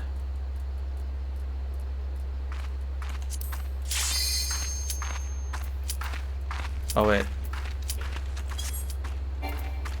Nah, I'm good for that. I'm already in the middle of a quest.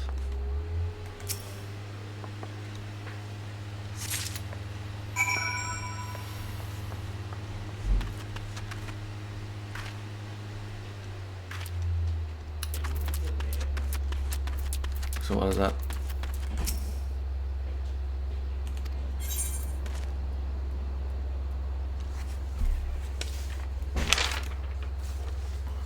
Okay, so DPS training exercise 1 level 15.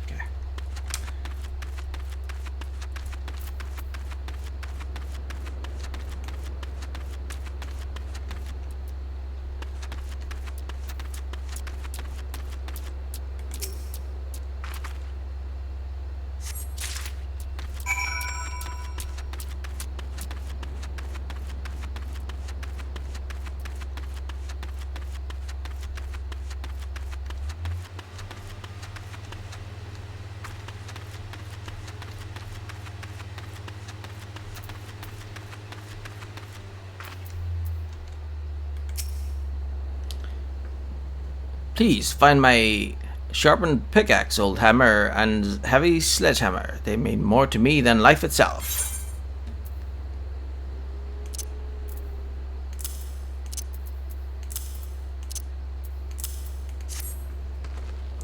God bless you, you found them. Oh my beauties, I thought I'd lost you forever. Men is all I've ever done. It's all I know. With Copperbill what it is now, it's time to move on elsewhere, but without my tools, I just couldn't. I can't thank you enough, friend. You've done more for me than you could ever know.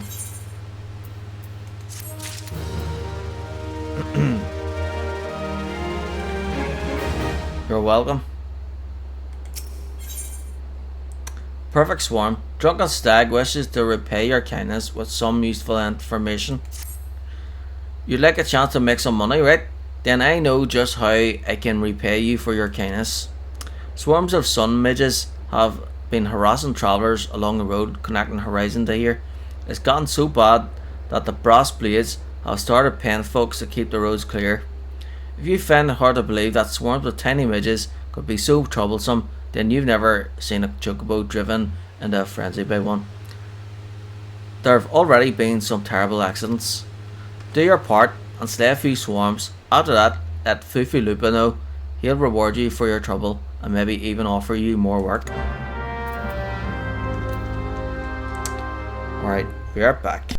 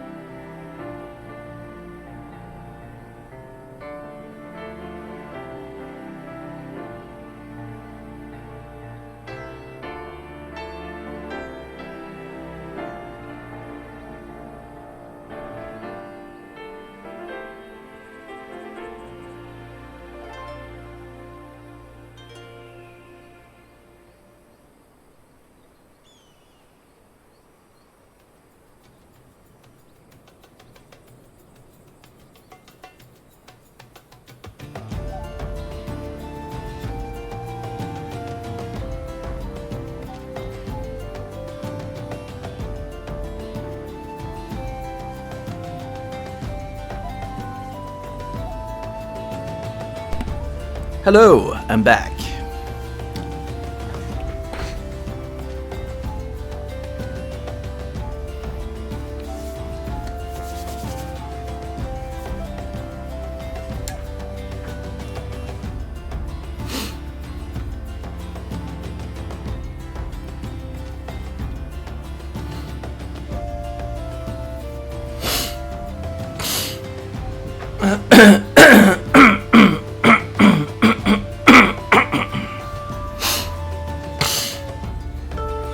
Yeah, the street,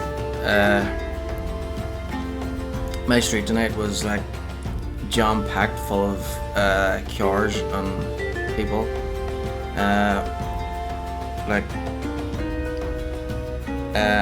It was because of that, the murder that happened on Saturday night. It was like around the corner from me or something. Is it in a different? It's supposed to be like in a different street or something, but like they're all over here where I live.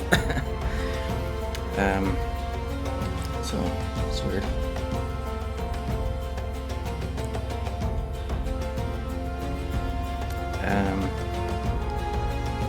So there must have been people doing like well, I didn't go out and nosy or anything, but must have been but there was like a good crowd of people, and maybe they were paying respects or something. I don't know.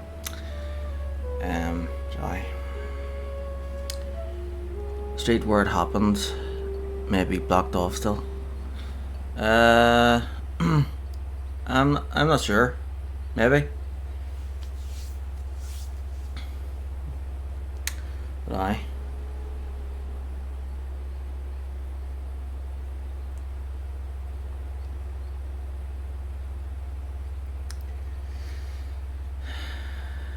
Yeah, after I so on Saturday, after I stopped the stream, there was like I heard like explosions outside, and then I looked out the window and saw like smoke, and so I called the fire brigade. So that's that's as much as I got involved. I didn't, yeah. I didn't see anything else.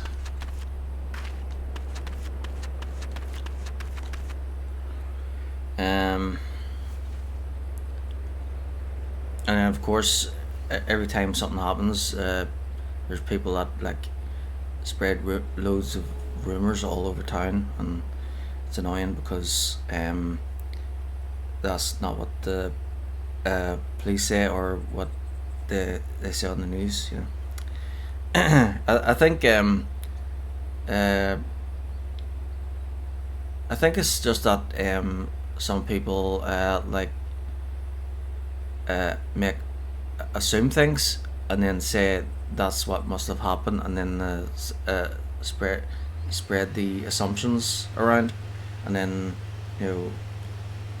it's really annoying because when something happened in my life, and people were like spreading like the false rumors around about someone I loved, it was really annoying because it's like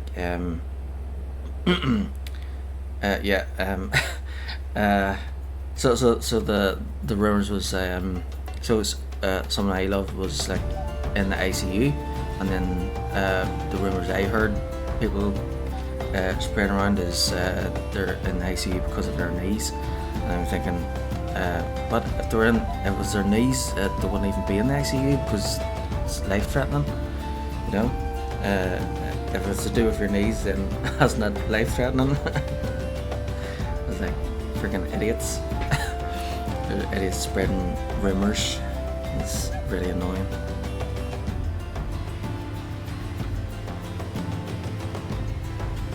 It's like, what? Where'd you hear that from? That's not true at all. Yeah, some people want to seem like they know inside info to look important. Yeah, guess you're right. But yeah, it's really annoying to I suppose to the people who lost someone, because like well, I didn't lose someone, but whenever there were rumors spreading about them, like false rumors, it was really annoying for me. So yeah, I can understand.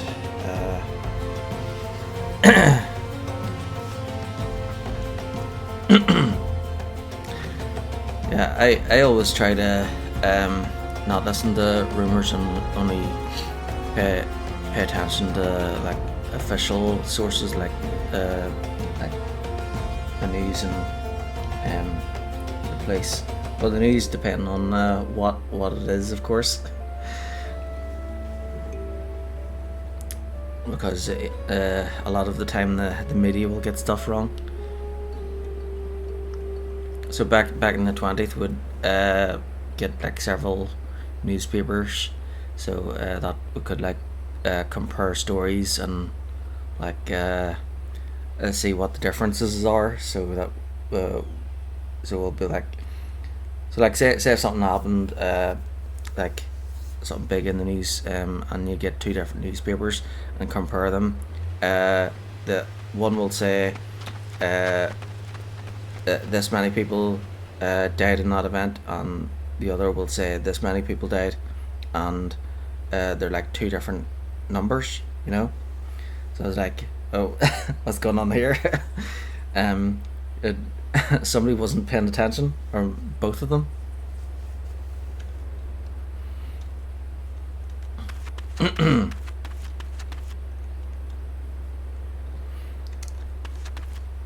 Yes, it's like what Oscar Wilde said about newspapers. It's like something. Damn it, I'm trying to remember the quote. If you pay attention, if you don't pay attention to the newspapers, you're uninformed, and if you do, you're misinformed. So, with the modern age, you can swap that for just media. So, if you don't pay attention to the media, you're uninformed, and if you do, you're misinformed, which is very helpful. Okay, we're looking for midges. We got midges in Ireland. That's the closest we have to like mosquitoes. We don't have mosquitoes in Ireland, but we have like variants of mosquitoes, which means we're no actual mosquitoes, but there's like cousins to mosquitoes. So midges, or like these teeny tiny flies, they're smaller than the normal sized flies, and the only way you can see them is when they're in swarms like that. And usually they're in places like in the countryside, like up the like country lanes and stuff like that. Fields.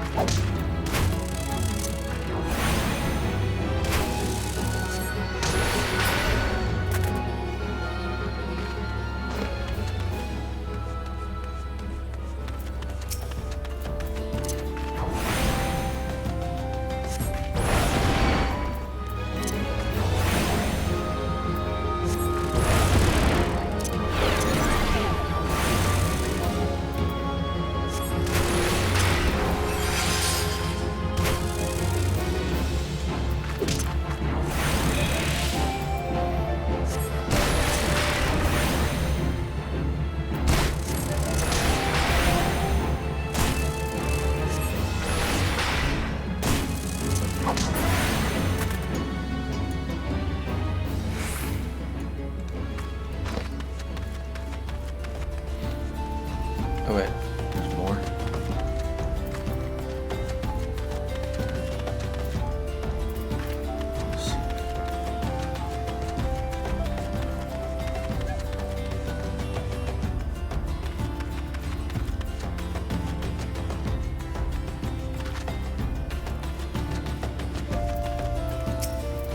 little buggers.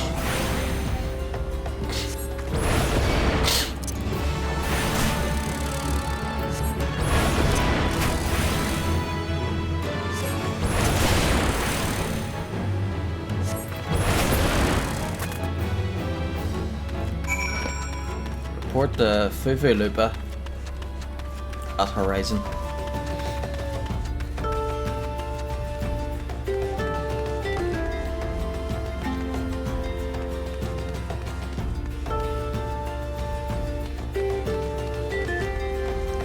So you can like swap classes, which is cool. So you can create like a whole list there and be different. Switch to like a different role or whatever. But I'm just gonna stick to the one, and then so this is my crafting class, alchemist.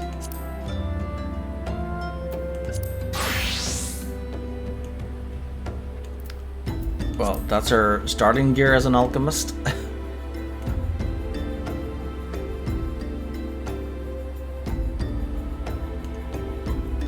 It really brings out her eyes.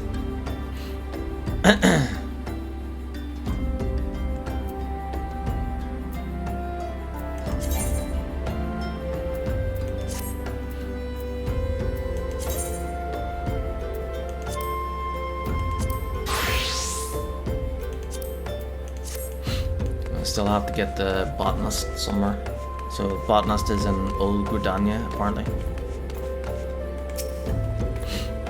Greetings and salutations, adventurer. To what do I owe this?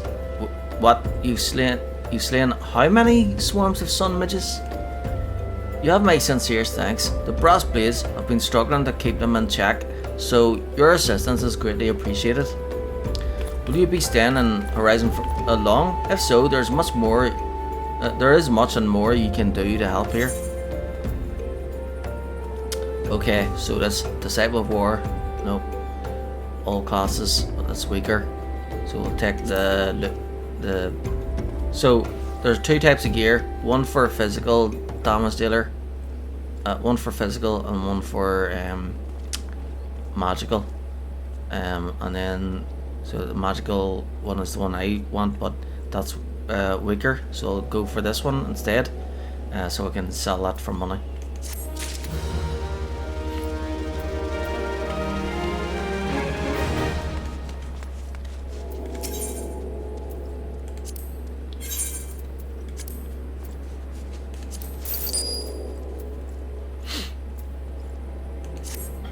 There we go.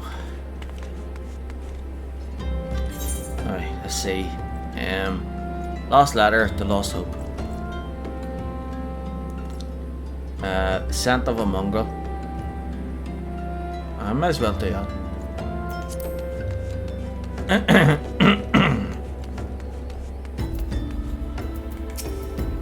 Chi-Chi's on.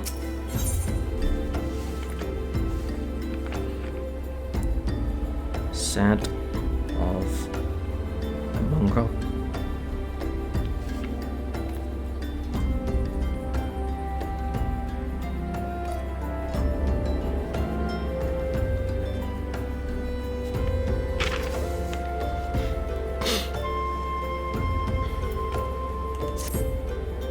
Looking for a task to fill your morning adventure?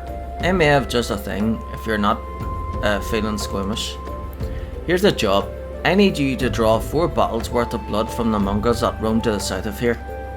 Once you have enough, take the foul fluid to a brass blade by the name of Nonozo. You should find them somewhere along the road out of Horizon, bemoaning his terrible fortune, no doubt. Happy hunting.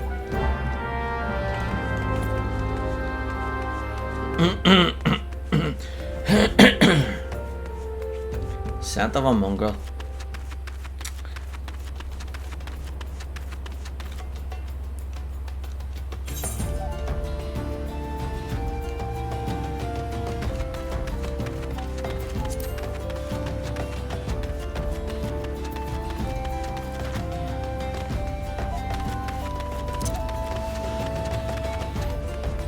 Yeah, so it's basically like Star Wars: The Old Republic, except yeah, I think I'd rather have a spaceship.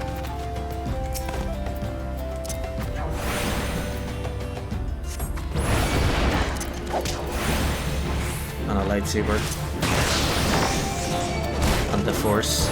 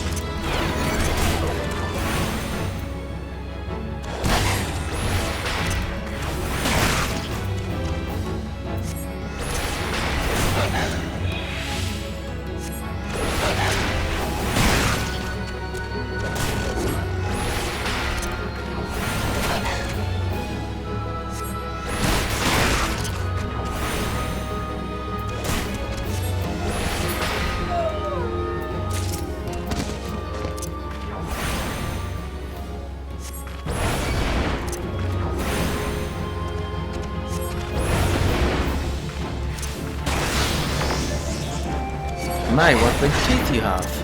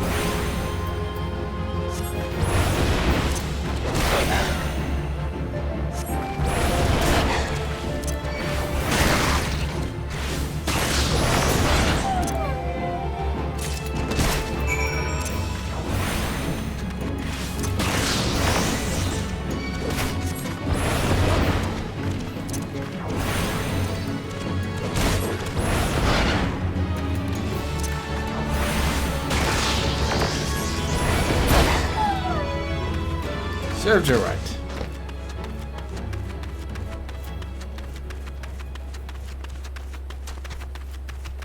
Deliver the Mongol blood Nononzo. Nononzo? Right, Nononzo is over here. Well, great.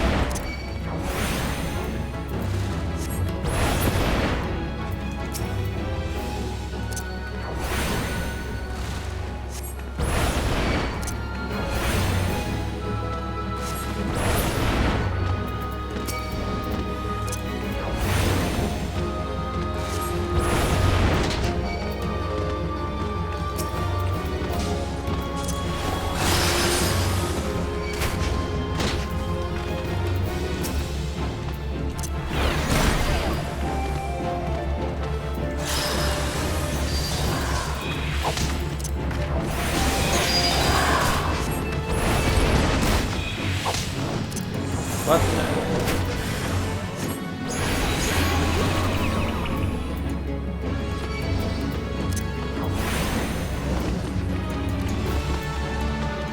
Holy moly.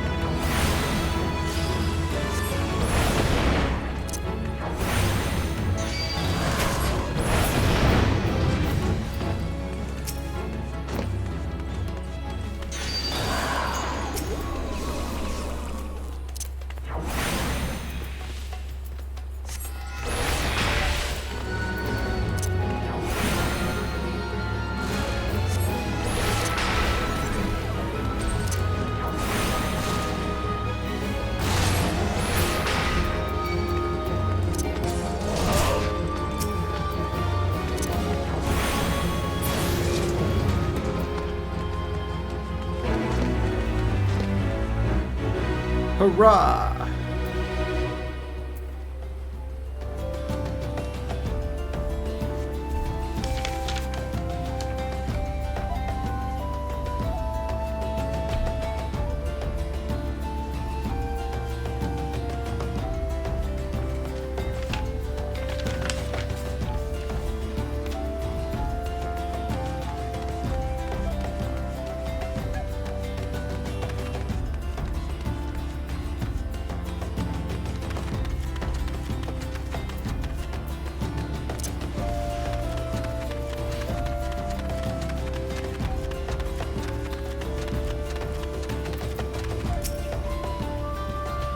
What do you want with me then?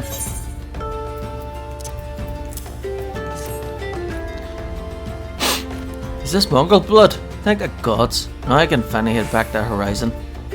Mongrels are the natural enemy of most other predators, you see. Throw their thick blood onto a fire, and the resultant stench will send beastskin fleeing for miles around. Makes light work of our patrols, as long as we have a steady supply of the nasty stuff. And I'd wager you can guess which brass blade picked the short straw to kill mongrels this time around. But thanks to you, I'm off to enjoy a hot meal and a tankard. Maybe Thal's golden halls await you in the afterlife.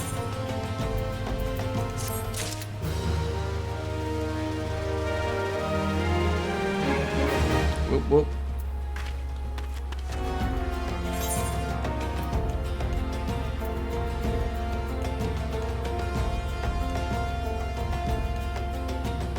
Last letter, the lost hope.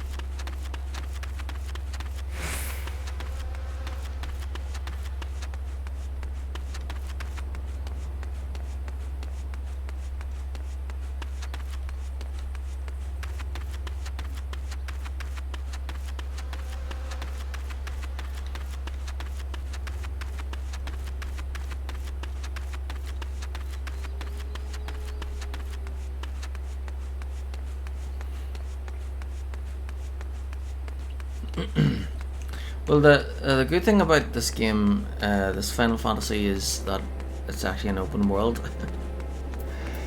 which is cool. Finally, Ul'dah wants you to track down a missing courier. Although you still can't like get an airship and all, I think.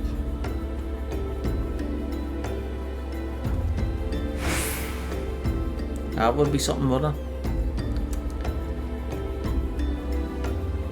Because having an airship would be really cool. They could even do airship races, and you could like customize them and whatever. I think that would be cool.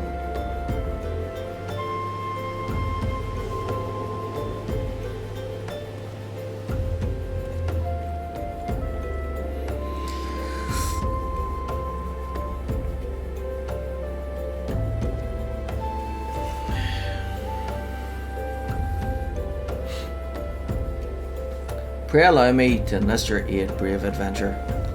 I would have you ascertain the whereabouts of a missive I sent to Lost Hope the other day. Captain Leofric is stationed there. Ever since he was transferred, we've exchanged letters, but never before has it taken this long to receive a reply. And so I fear that the courier may have met with some misfortune en route.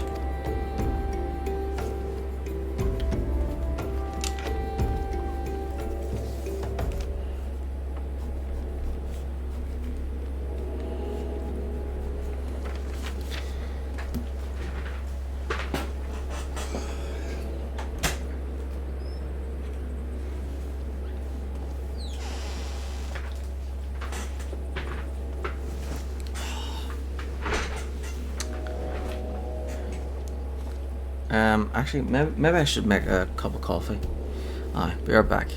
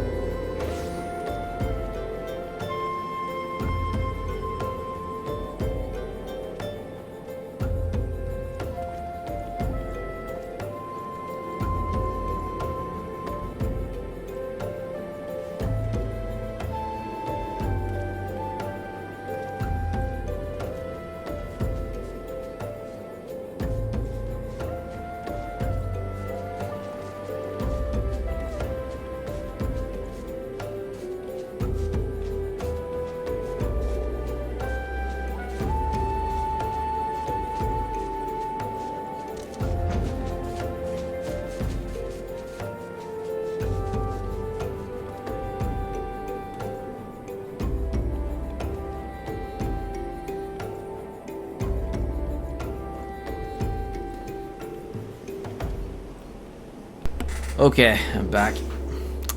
She must have made it to Central Thonlan, or the brass blades that patrol the roads between here and Scorpion Crossing would have seen something. But if she made it as far as Blackbird Station, she would have surely delivered the letter by now. Lost Hope is practically on its doorstep. I suggest you focus your search on the road back to Blackbrush Station in Central Thonlan. With luck, you will find her quickly.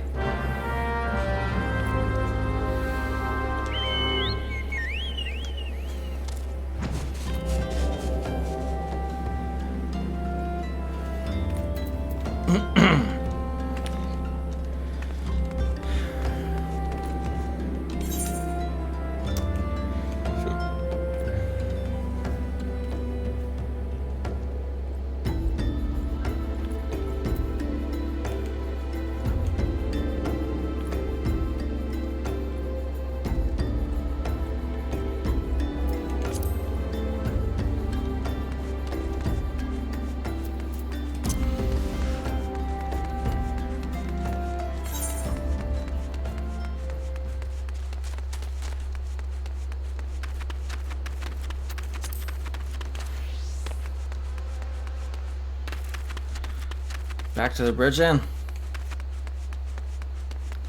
Cross the bridge, head west. Or wait, east? Yeah. Ah, for frig's sake, not this one again. Can't be bothered with doing that again. Ah, for frig's sake.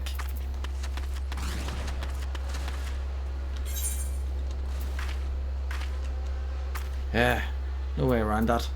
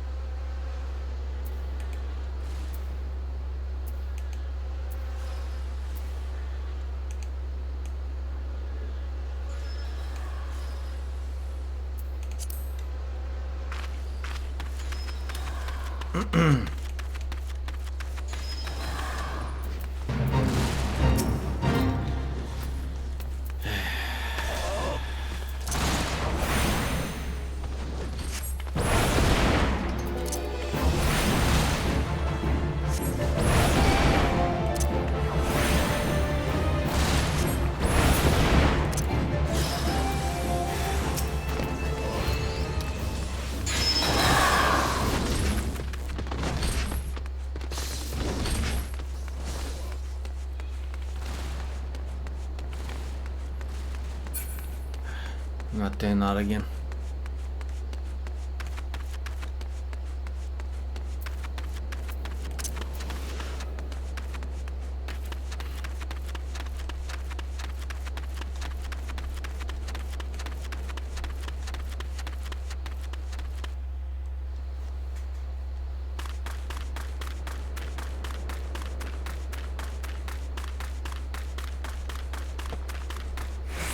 So level 20, you can get mounts.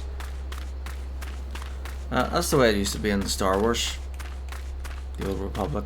It used to be you'd have to wait till like level 25, but then they reduced it to level 10 for subscribers. But I think it's still level 25 for free players.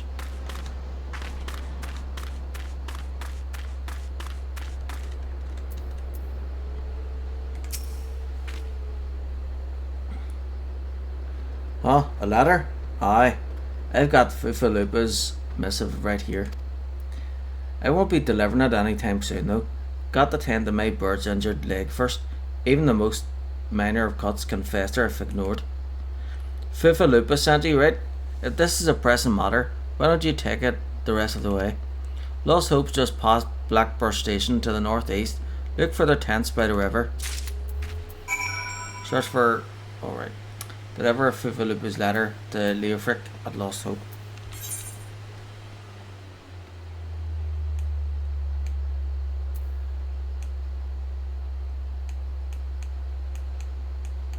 Alright, over there.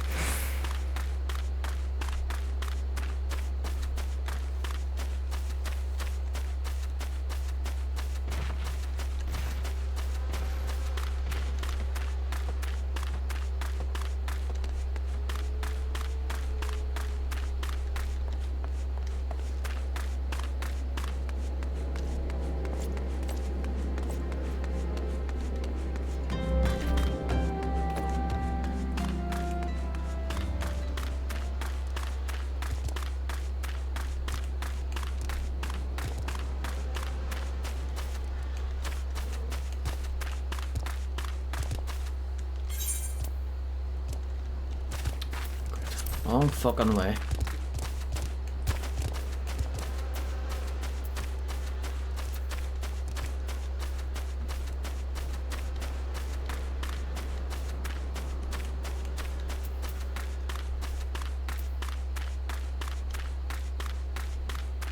Hungry hobbledehoy. Please, ma'am, my baby brother is hungry, but my mother is too weak to feed him. My father left before I reached my 3rd name day, and my grandfather died last week in Copperbell Mines. My sister moved away to... Well, that was rude.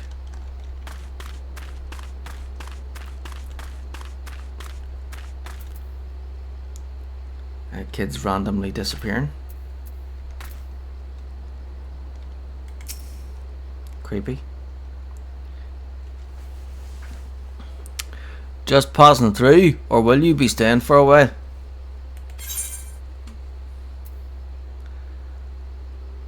A sealed message written by Brassblade Fufulupa of the Rose to his former captain Leofric. Fufulupa sent you all this way because of a late letter. The boy is still far too earnest. Despite my demotion, he continues to call me captain. I suspect he has no idea what it means to be transferred to Lost Hope either. The Brass Blades don't give a Cucaran's arse about this settlement. No one in Ul'dah does. All here have been forsaken adventurer. The refugees, their protectors, and you will be too, if you're seen associating with us. Thank you for the letter. Now, for your own good, leave.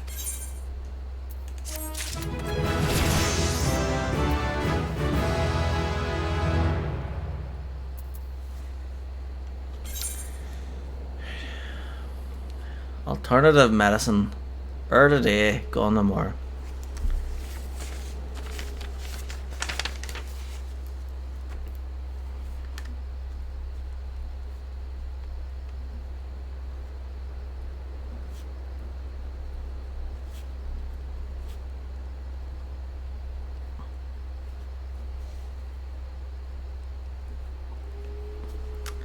Okay.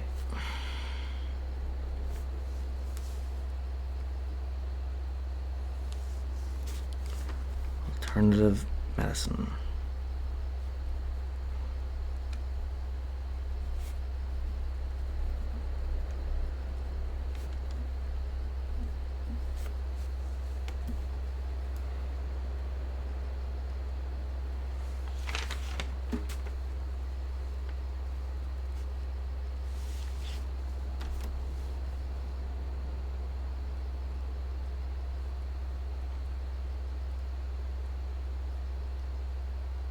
Fringe benefits. Amalberga needs your help to end the machinations of vile bandits. Thank the gods you're here, adventurer. You must help us. The other day, I spied bandits from the Quiver and Manse selling gemstones to smugglers, and not just any stones, raw Nasha shite. With that kind of wealth, they could purchase finer arms than the Sultan sworn. After that, they'd surely seek revenge on the people of Lost Hope for defying them in the past. They'd slaughter Leofric and anyone else who fought back, and then they'd have their way with me and the other women. Sniffle sob. Spare this horrible fate, adventurer, I beg of you. Steal the Nesha shite from the Quiver and Manse and bring it to me.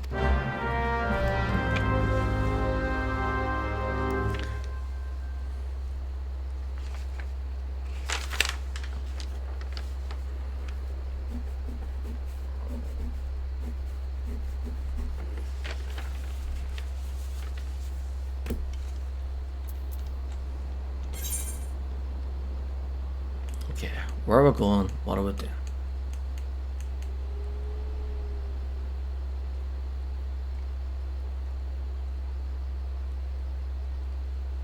Need that a plain person.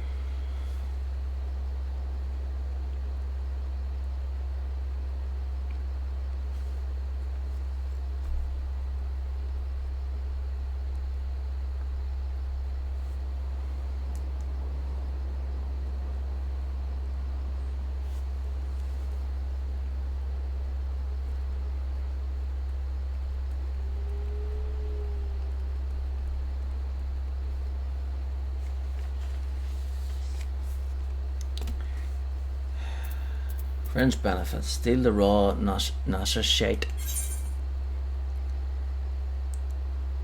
Malburga has learned that the bandits occupying the Quivering Manse have obtained a quantity of Nasha shite, which they are trading for gil and arms.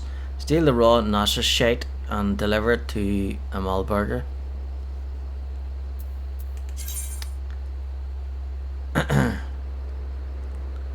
Am I supposed to say something here? Alright, it's over there. Right.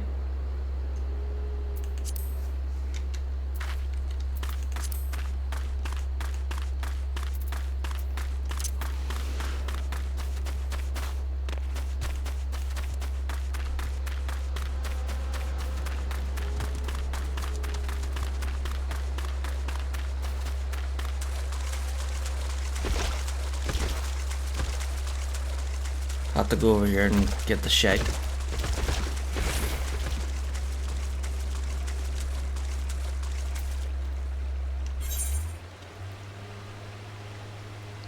Few arrows short of a quiver.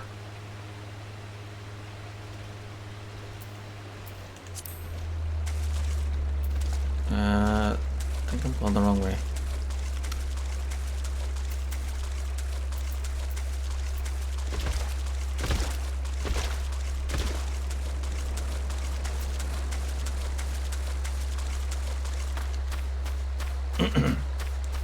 Few oats short of a cereal box.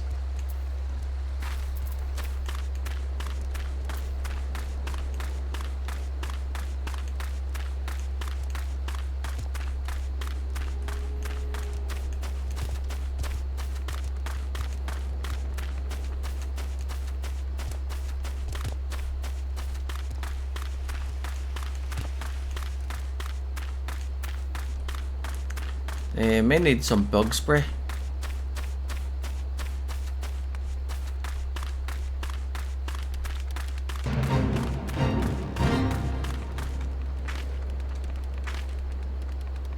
What is this?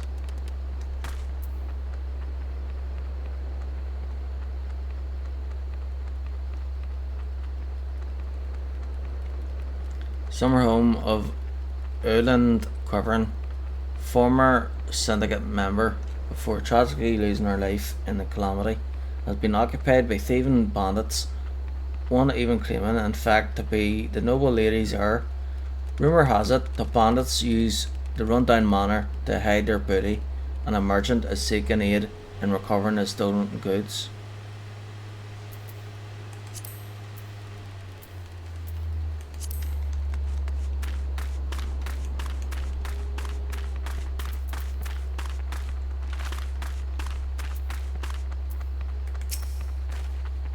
Yes, I believe everything is in order. Seems I will be having tea after all. Oh, what a glorious day.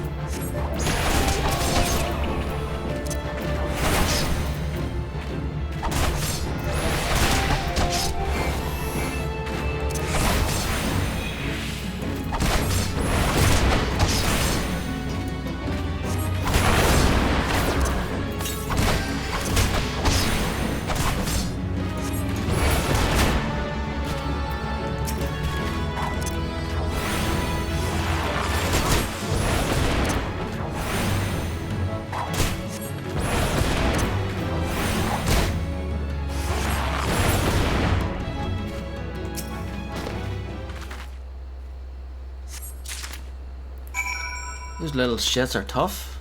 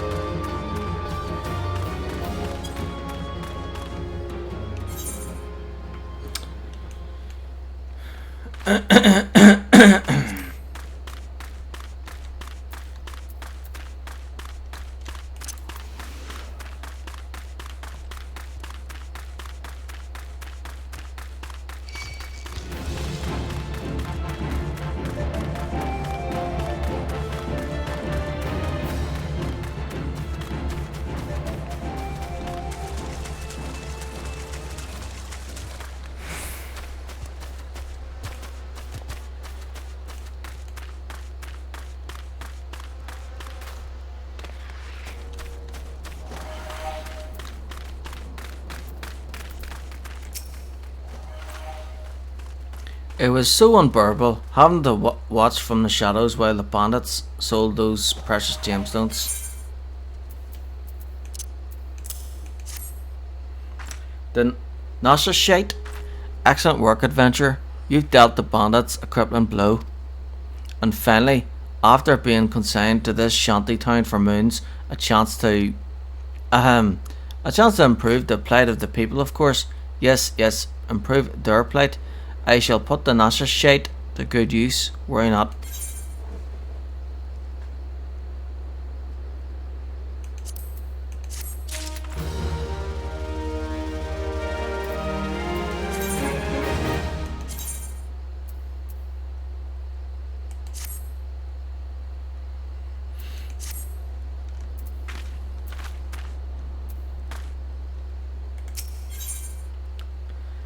Blavies of lost hope is word for a friend fallen ill.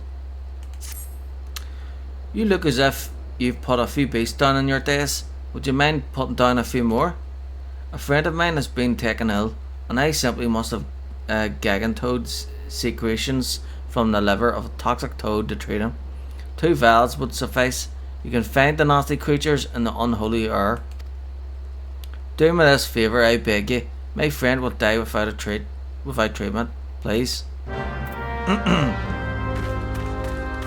So the magic, the mage is kind of weird because so you use the fire one, which is more aggressive but uses up more MP, so it's more powerful.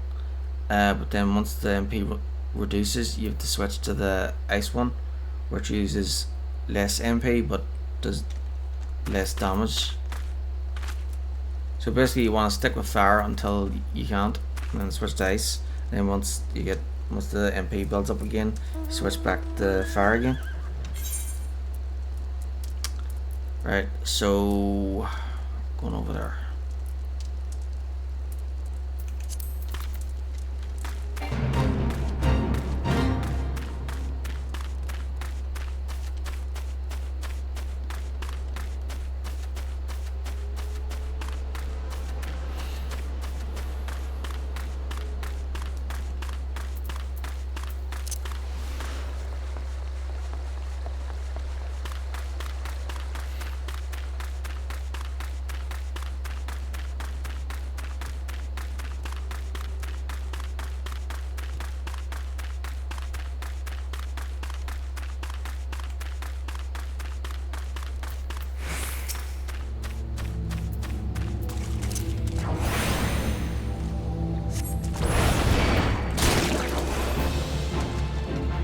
Dirty bastard.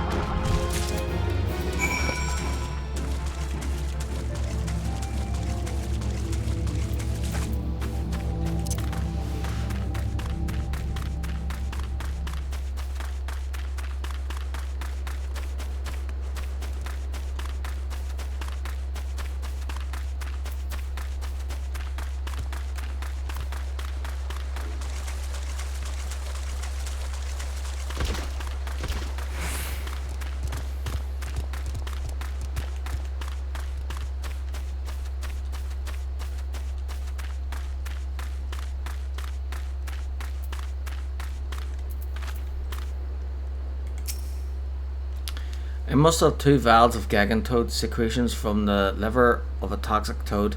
Please, my friend does not have much time left.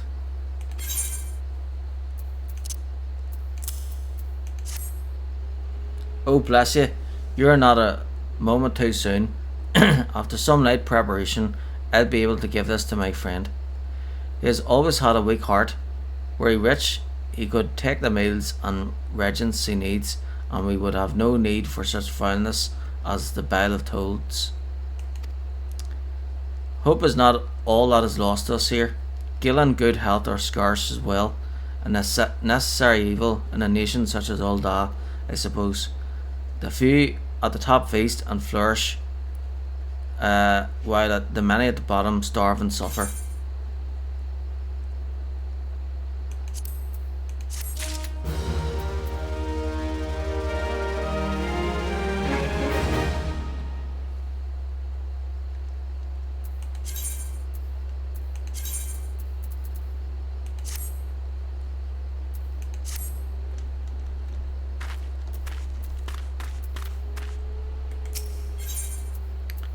Need not apply in person. Hammond is looking for someone to make a delivery. Don't suppose you'd be willing to do a favour for a miner down on his luck, would you? Rumour is, a man named Berenger at Blackburn Station is looking to take on miners. I'd go see him myself, but my wife's taken ill and needs tending to. If you'd be so kind as to take my application to this Berenger fella, I'd be in your debt.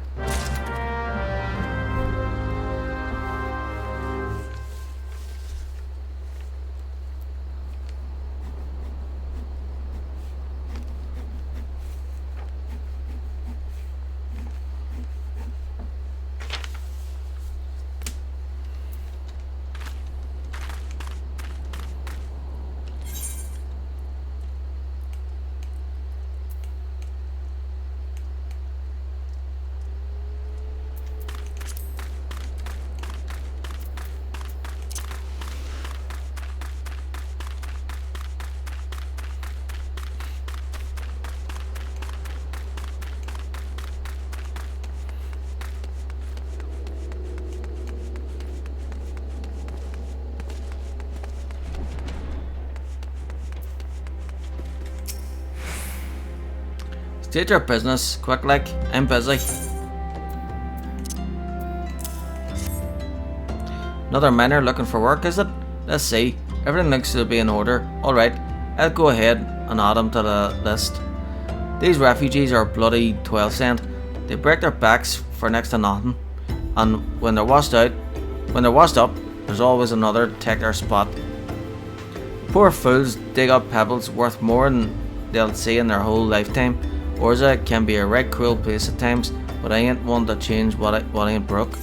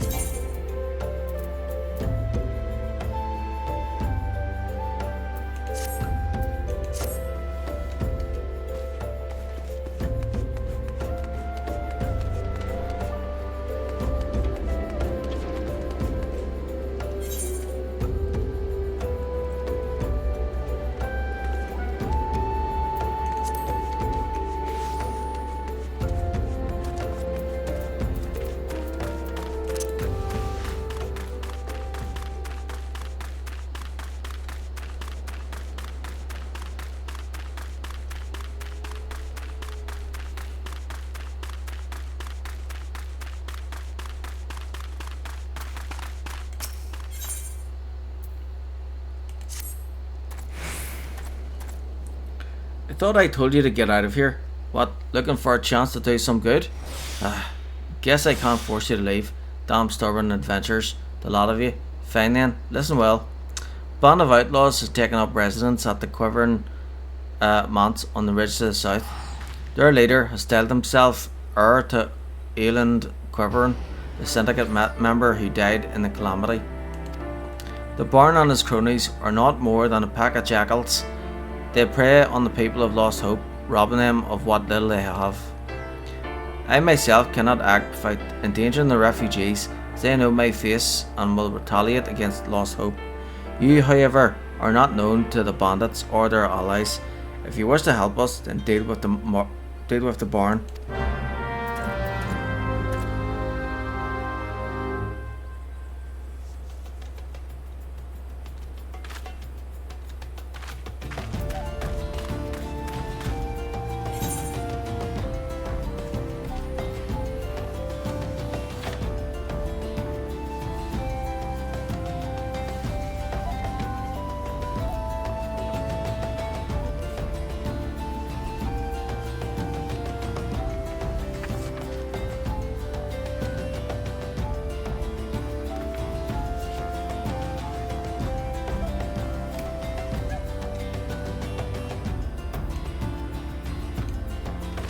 Back up that way.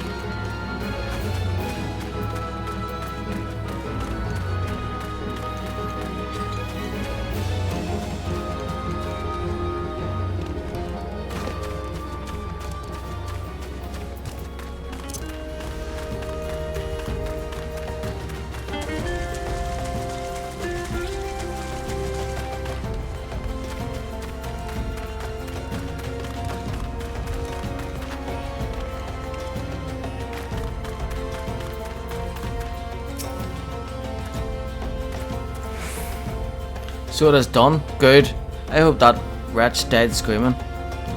Ul'dah is more prosperous than ever, some say. That may be true for the syndicate, but none of that wealth has trickled down to the small folk. It's all a mummer's farce. One day I refused to play my part, and so I was made to leave the stage. Aye, my time is past. The brass blades of the rose must look to others for guidance.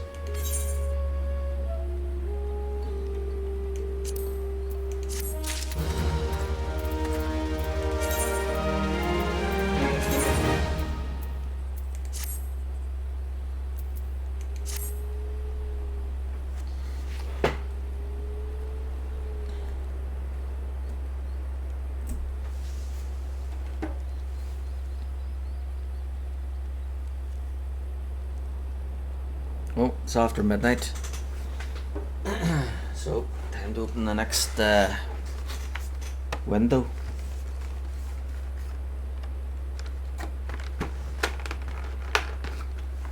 See what we got here. Oh, red one. Milk chocolate.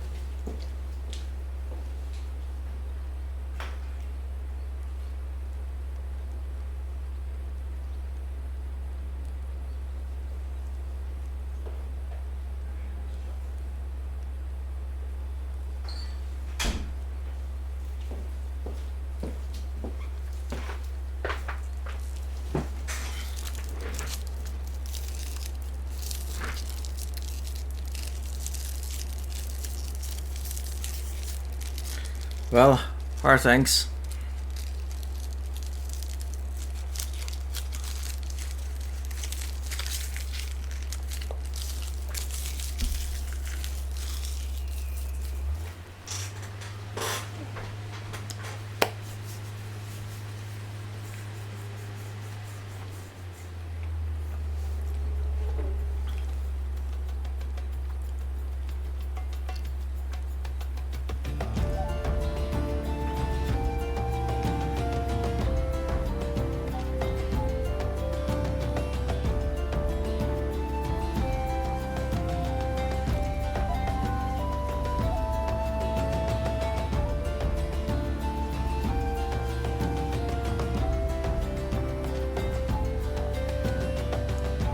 Good. Thinking about dinner. Nice.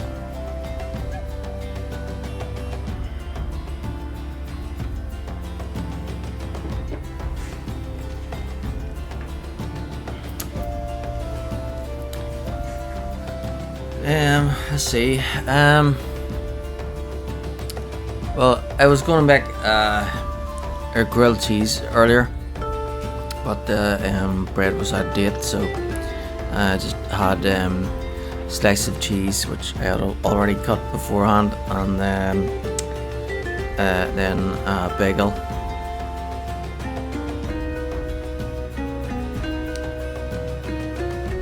I made noodles for my niece earlier too.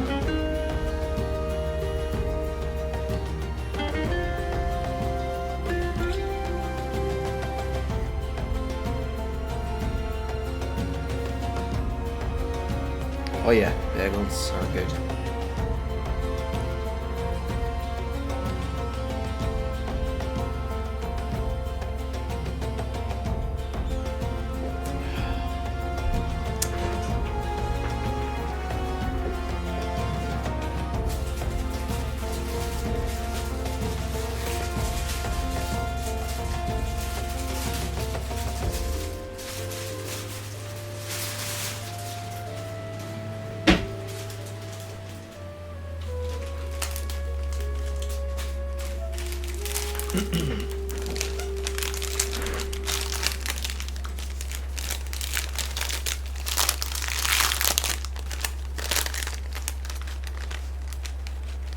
So,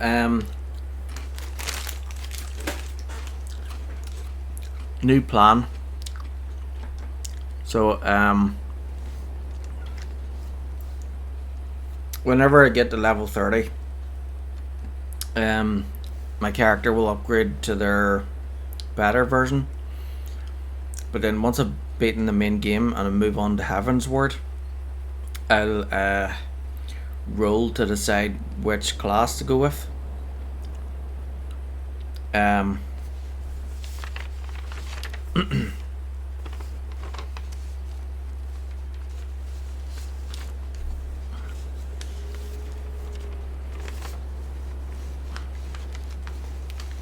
So, right now, she is Thaumaturge. In level 30, she'll upgrade to a Black Mage. Then, once we beat the main game and move on to Heaven's Word, she'll switch to either Dark Knight, Machinist, or Astrologian. So I'll roll to decide which one, and then after that one, when we get the Stormblood, she'll switch to either Samurai, Red Mage, or Blue Mage. So whichever one we that she ends up getting, the second one will get the other. And then at level 60, when we start Shadowbringers, she'll have either Gunbreaker or Dancer. And then level 70, Endwalker, she'll have either Sage or Reaper.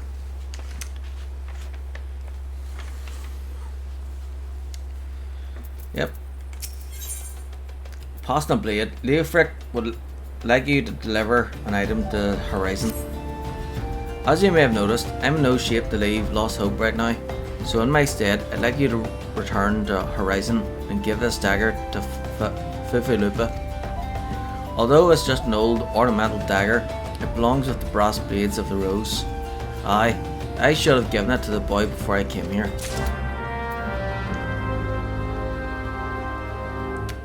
Right, so back to Ul'dah.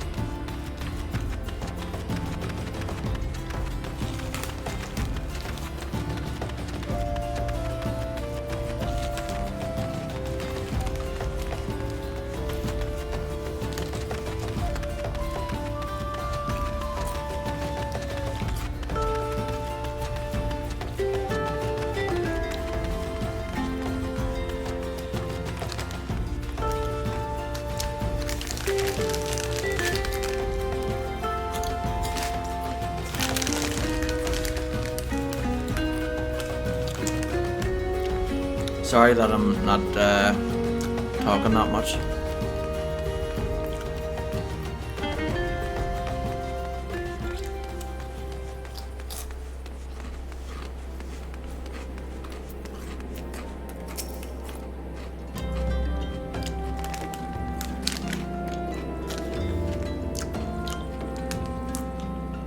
Ave, I received word from Captain Leofric the other day.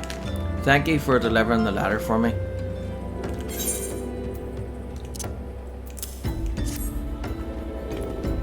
Well, why do you have that dagger? Only a captain of the Brass Blades of the Rose is permitted to possess it. Captain Leofric says I am to have it. There must be some mistake. He couldn't possibly mean to tell me that. No, of course not. I am not worthy to wield it. Nevertheless, I shall respect the captain's wishes and take the dagger into safekeeping until he comes to reclaim it.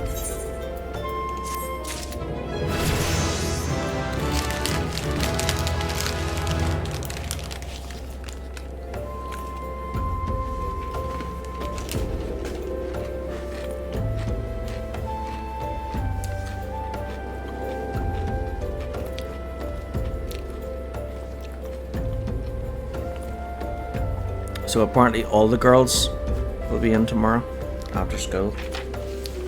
Aye, aye, aye.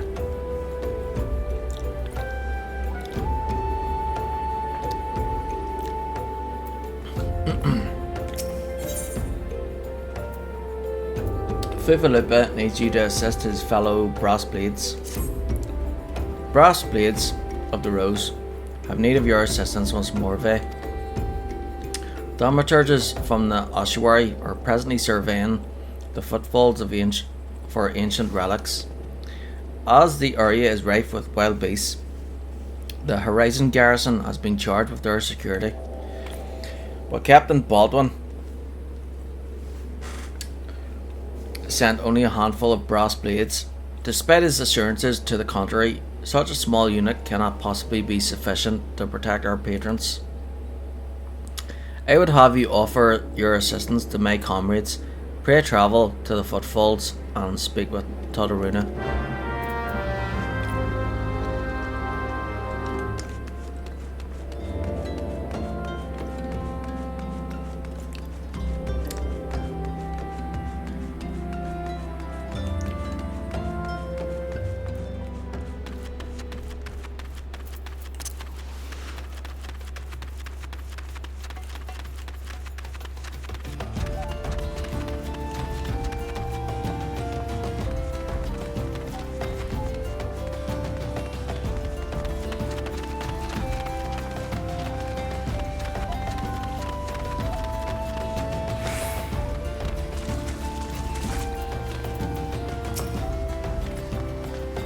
A bleeding venture come to help? I ain't heard nothing but Captain Baldwin about this. He said trusted men only. Any road, we've got this under control, and besides, this operation ain't got nothing to do with Ul'dah. Boy's got a stick up his ass the size of a Saba tender. It's no wonder the captain told him to stay at Horizon.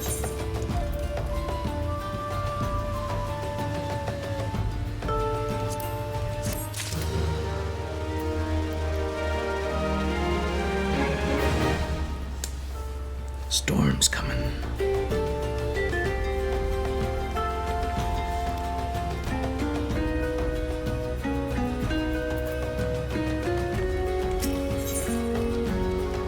Ankle biters. Todoruna would like you to call Orbon in the footfalls.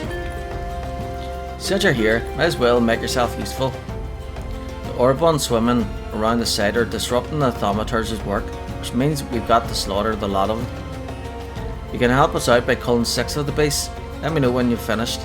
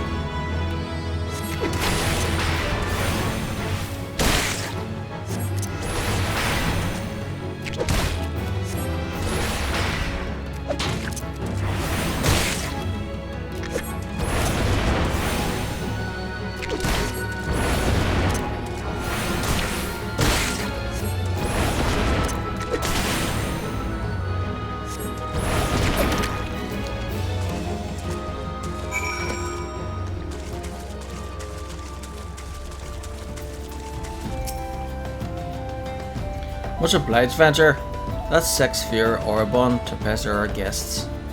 Truth be told, the thaumaturges could have brought their own escort from the city, but seeing as they wanted to take a gander at ruins this close to the horizon, the officers reckoned we'd be held responsible for any incidents regardless, so here we are. It ain't that much work, but we've still got to stay on guard. If an Oribon so much as nibbles on one of our toes, we're liable to lose all of ours.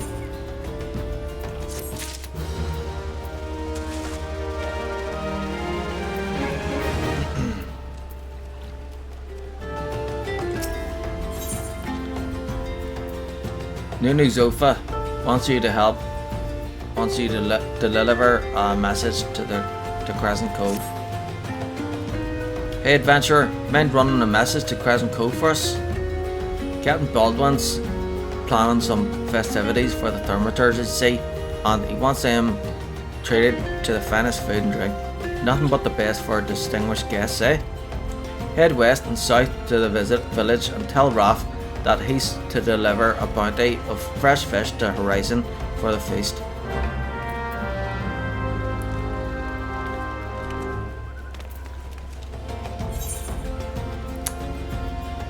Right, so west and south.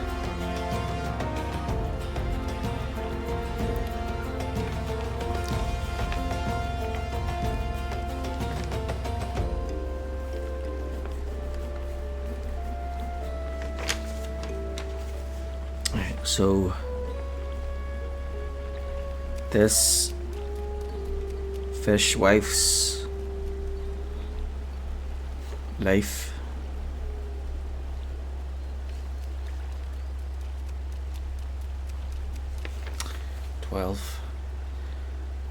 Colour your world, seeds of change. I got colour your world down. 15. Don't have seeds of change down yet. Seeds of change 17.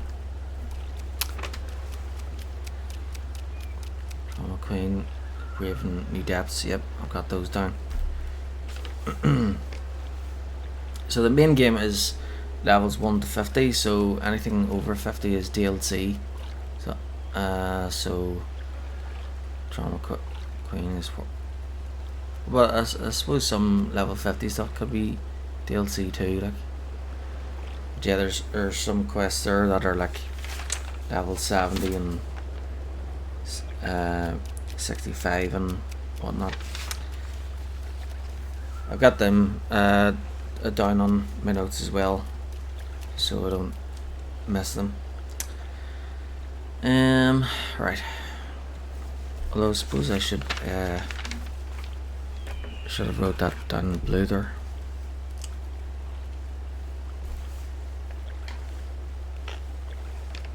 So Killer Instinct. Level 70. And then I'll just put a blue asterisk on the ones that are over level 50.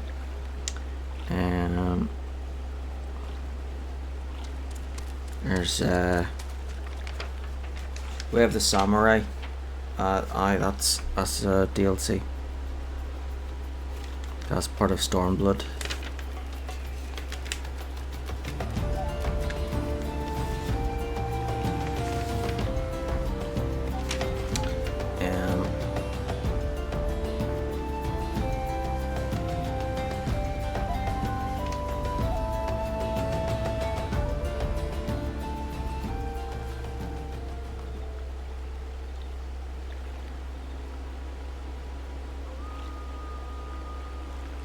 Oh, that's it then.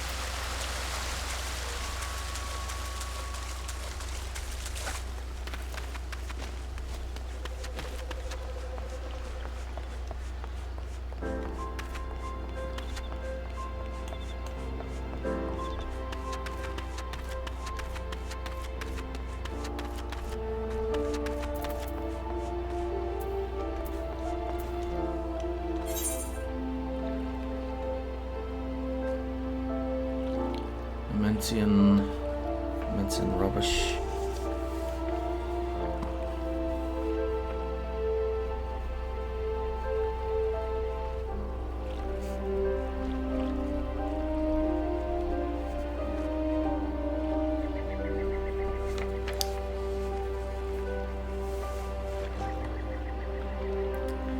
Forging the Spirit, level 12.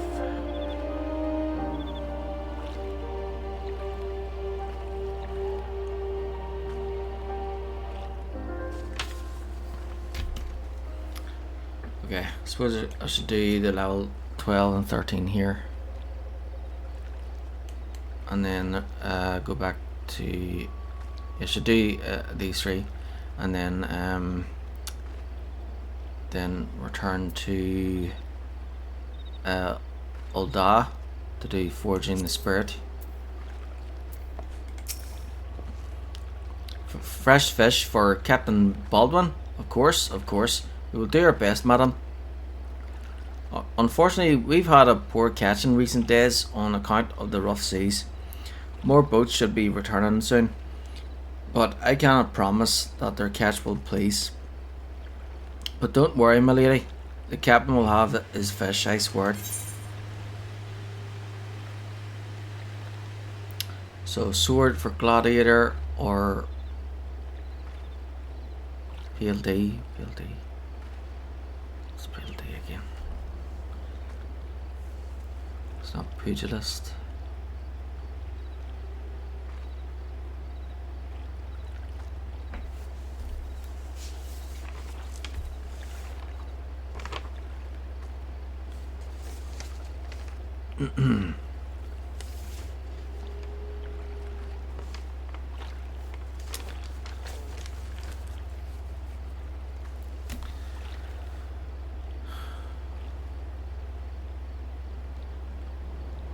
Yeah, PGL is pugilist.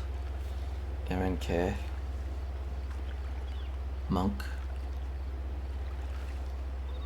Alright, PLD is paladin.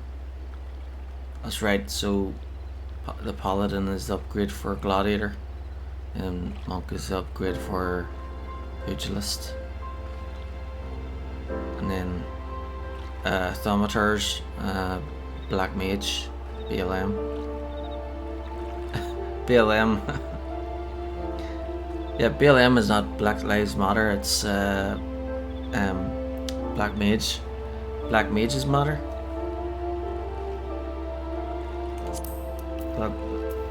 Although that would be BLMM.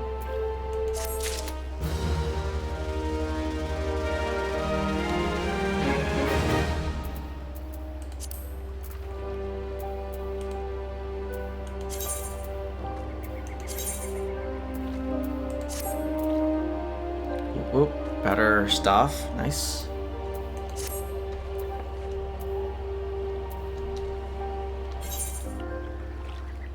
There's oh captain, my captain.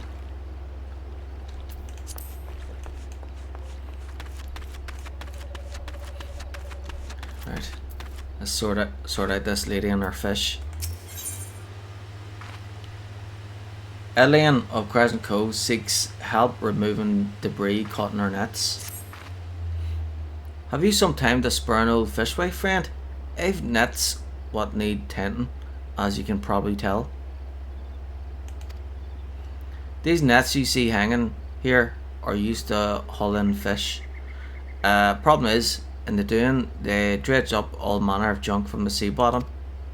I'd be grateful if you'd pick any debris from them you might find.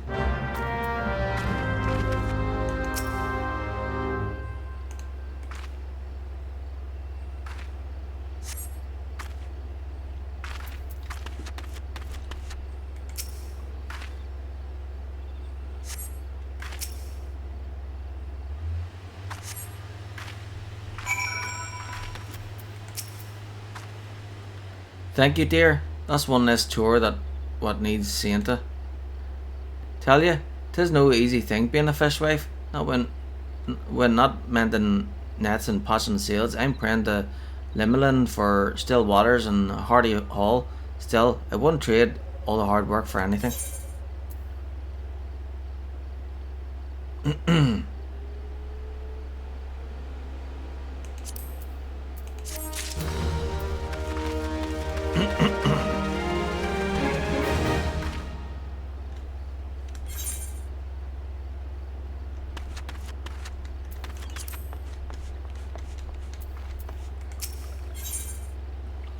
Osmond at Crescent Cove was vexed by litter in the area.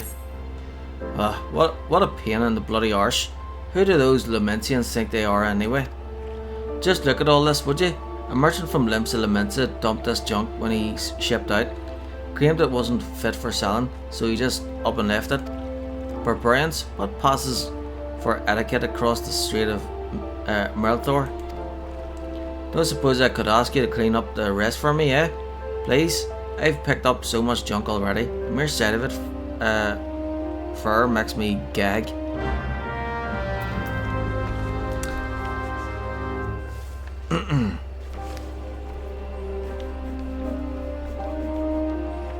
Yeah, don't want you gagging now.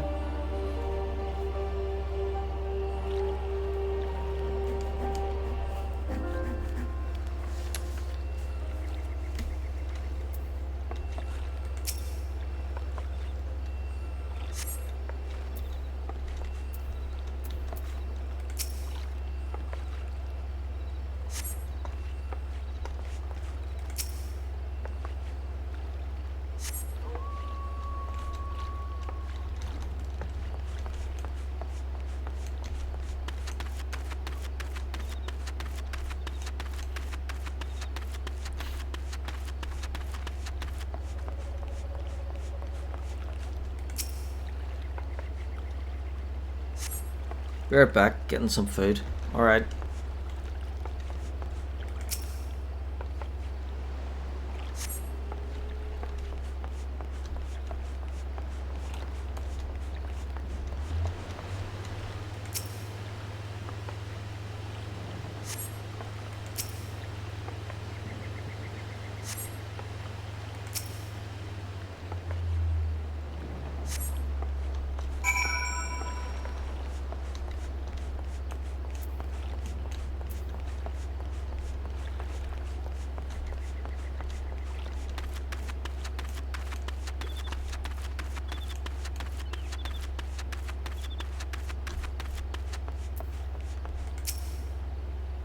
Thank you, friend. Seeing this place clean again does my spirit good. Though I suppose some other Lamentin merchant will be by before long and leave more filth behind. I hate my life.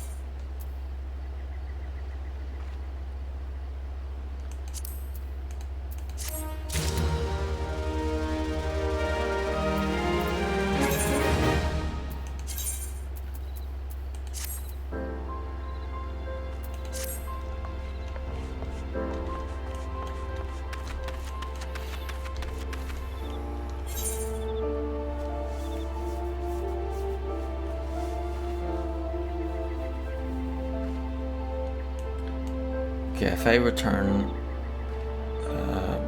to level 12, then I'll have to come back this way to do this one.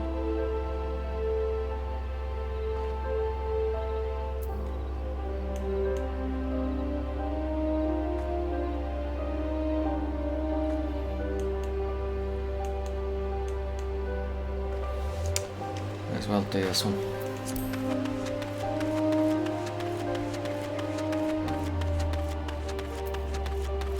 Ul'dah. Ul'dah may have stumbled upon a secret.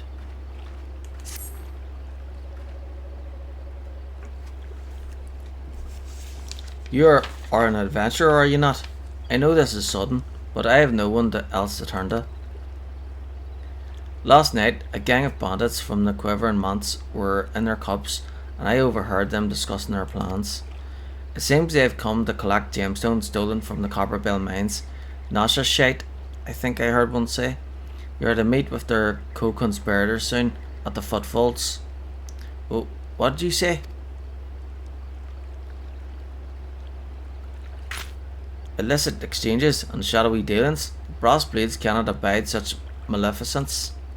Forgive my eavesdropping, Vey. I came to Crescent Cove merely to thank you in person. I never imagined I'd uncover a criminal conspiracy right outside Horizon's gates. We must act quickly if we are to apprehend these thieves. I will notify Captain Baldwin at once. No, wait, you mustn't. Oh, gods. You must stop him before it's too late. Captain Baldwin himself is working with the bandits.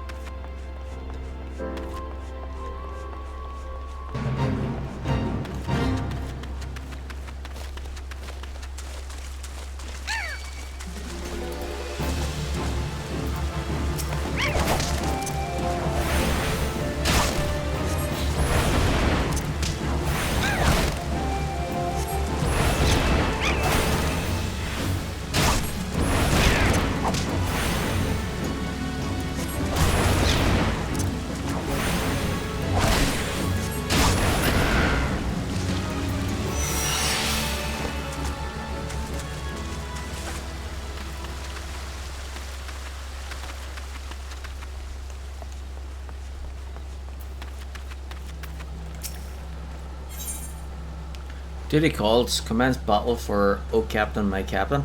Level sync is in effect. If you're above the maximum allowed level, it will be synced as follows.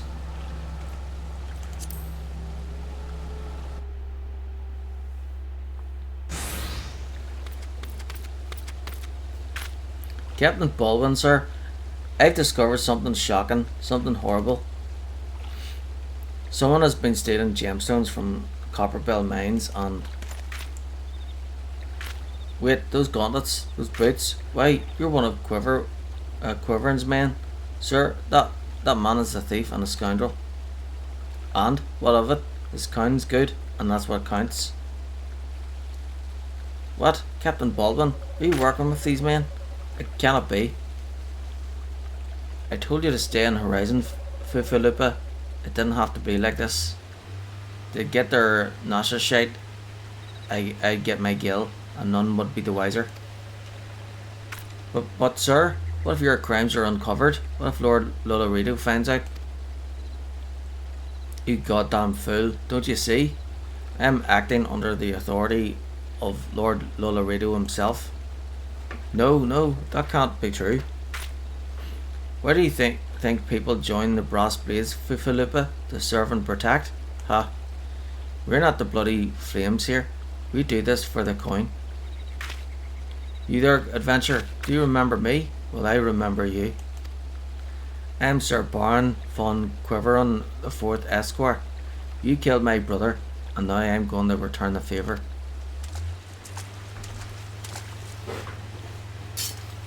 Well, that settles it. It's clearly in everyone's best interest that both of you die.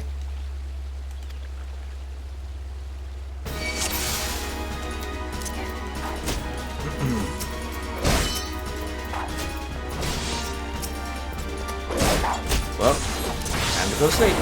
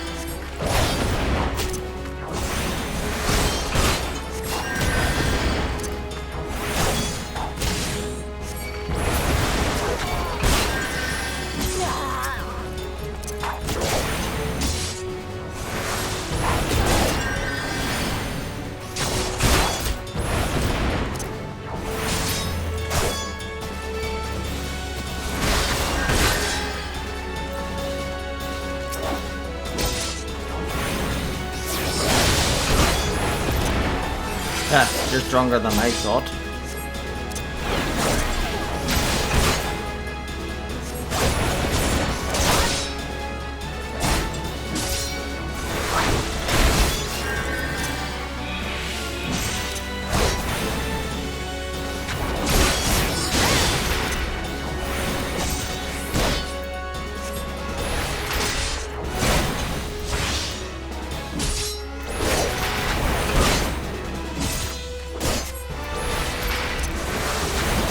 Damn you both, you're ruining everything.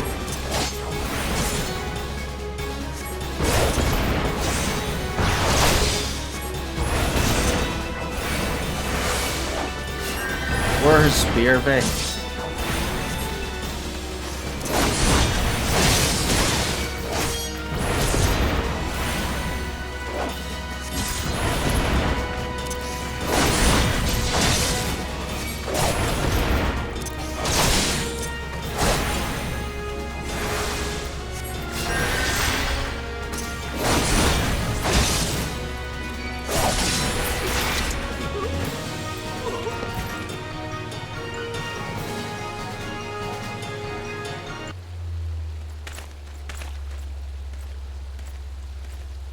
That's enough, Baldwin.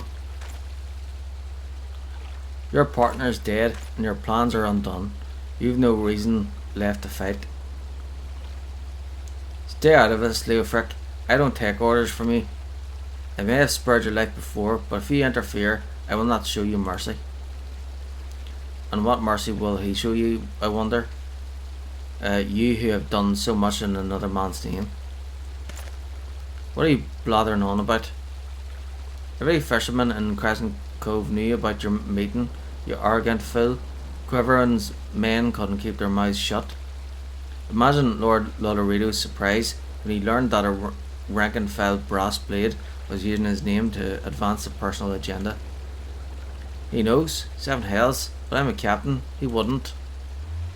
I was once a captain too, remember? And we both know what happened to me. Well fought, boy. You've done the brass blades of the Rose proud. Captain Leofric, Captain Baldwin, he said that Lord Lolorito wouldn't waste his time on a small-scale smuggling operation. This is all Baldwin's doing. What else did he say?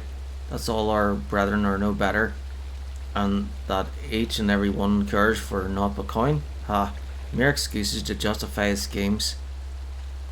Aye, we've no shortage of greedy sods, some who'd probably sell their own mothers into slavery if the price was right. But there are men like you, Ul'dah, men good and true, whom the small folk respect. Which is why I gave you the dagger.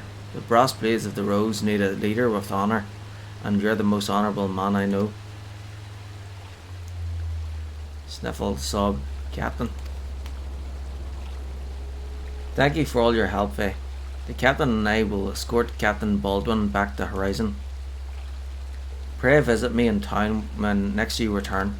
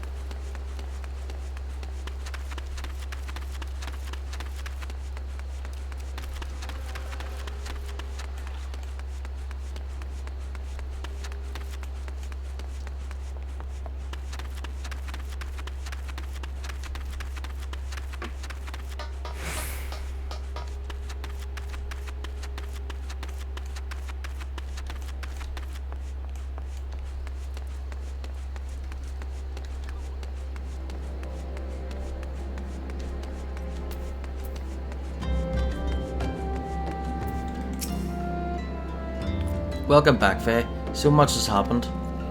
Captain Baldwin has been arrested and stripped of rank, which means the Brass Blades of the Rose no longer have a captain. Until a new one is designated, I've been ordered to serve as acting captain of the Horizon Garrison. Though doubtless this is only a temporary arrangement, I will do my utmost to represent my brethren and protect the people of Horizon. Thank you, Vay, for your service to the Sultanate. You're a true hero.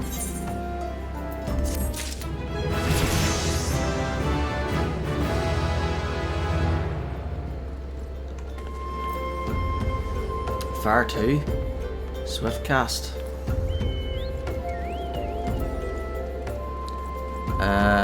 Spell is cast immediately.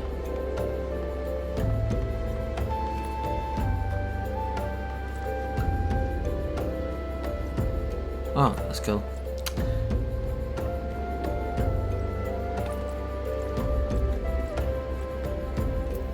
Oh, we're getting stronger.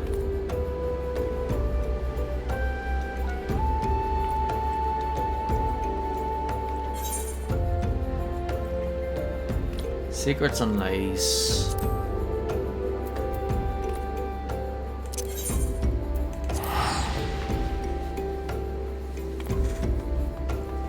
Okay, I think I'll do that level 12. Forging the Spirit.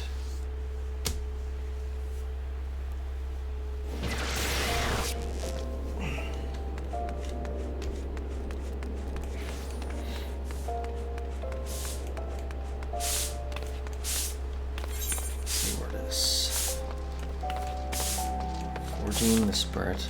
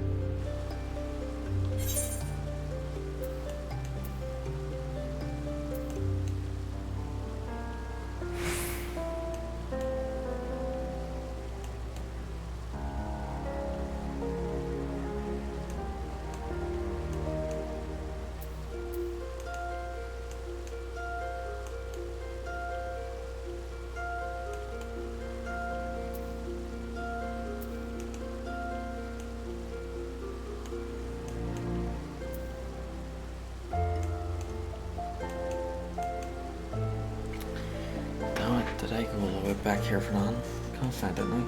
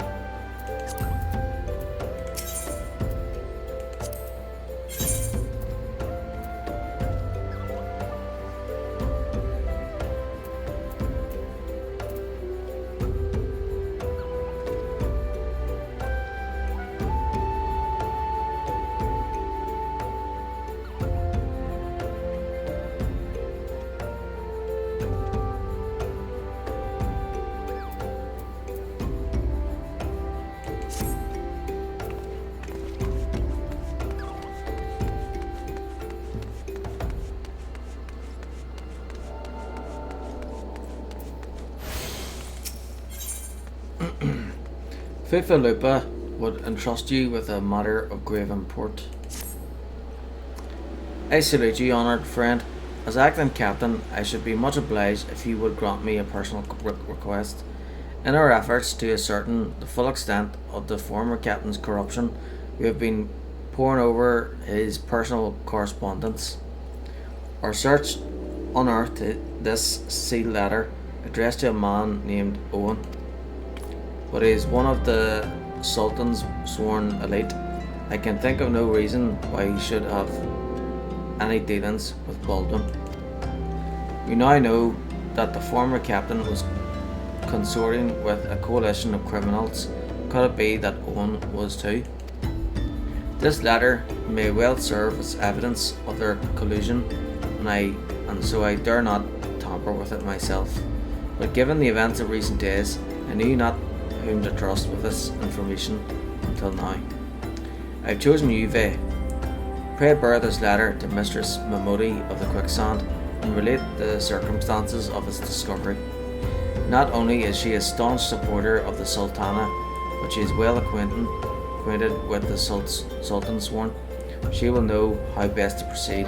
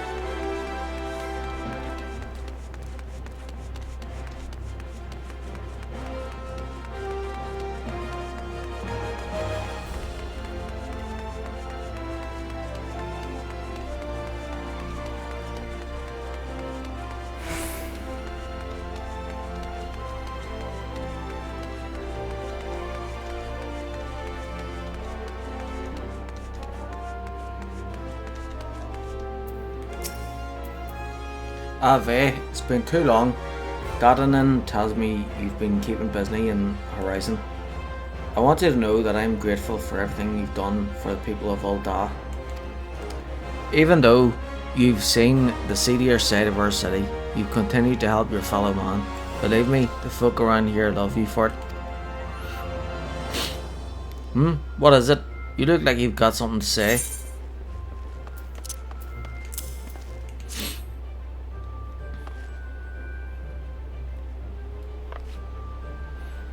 So that's what this is all about.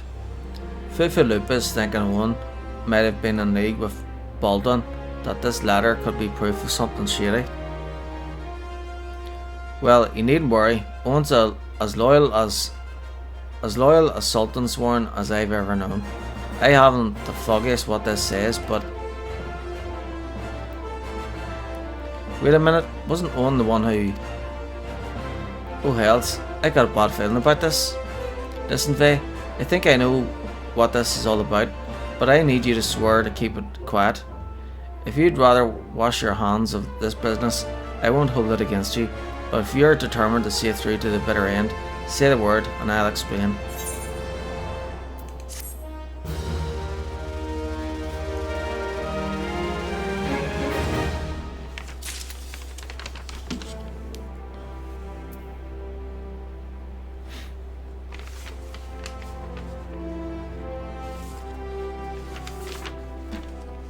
Right, I think I want to do that threat of superiority.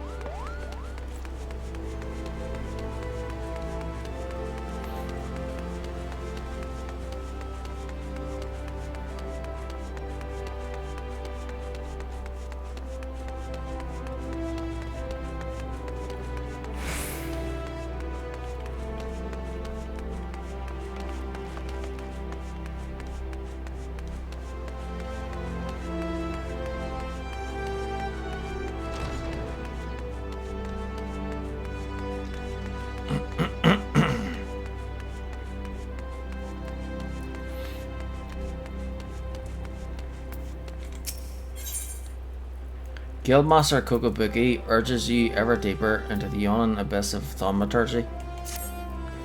Come Vey, the yawning abyss beckons once more.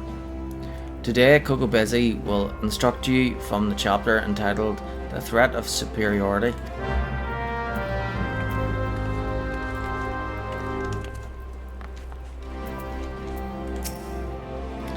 You're come for your lesson, Vey? Then heed well my words. The threat of superiority. Ah, how magnificent the intimidating power we wield. Flames sear the air, ice frosts the ground, and lightning flashes with blinding incandescence. But not all are cowed by our elemental fury. Ignite not your flames, summon not your ice, and strike not with your lightning. Know ye this threat, and stay your hand against such foes. Once you cut away all the overblown imagery, the passage draws attention to an important tactic. A wise thaumaturge does not engage in battle against opponents she cannot defeat. A fine example would be avoiding conflict with Ul'dah's multitude of furious merchants.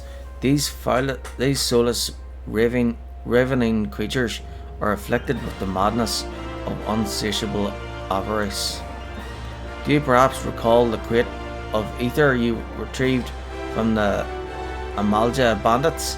Well, a number of irate peddlers have arrived at the guild with the gall to demand recompense for the few measly vials we emptied as our just reward. Alright, yes, we drank the entire bloody box, but the point is that the guild cannot presently afford to pay such a sum. Thus I pass on to you the secret of my last and most potent defence. Shameless weeping. I'm not speaking of a few tears here. I want you to stride right up to these tyrannical traitors and cry your eyes out.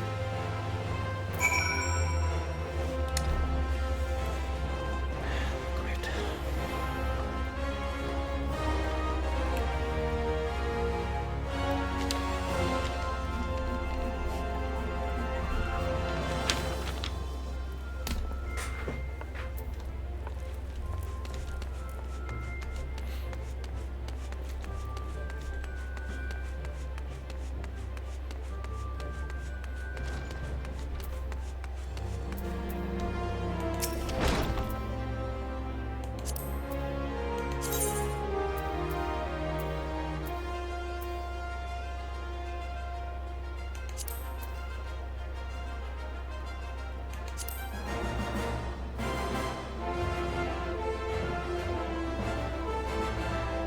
You weep in sorrow before the ranting merchant. It's not that. Oh dear, I'm not angry at you, you'll understand. It's those 5 ether-addled brothers I take issue with. You tell them the next time this happens, I'll have the price taken out of their unprincipled hides.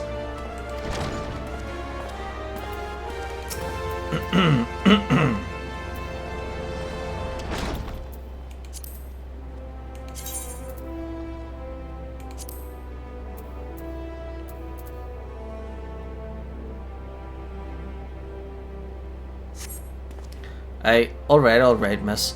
I know you're the one who chased down those Amalja brutes for us. I let it go this one time, for your sake.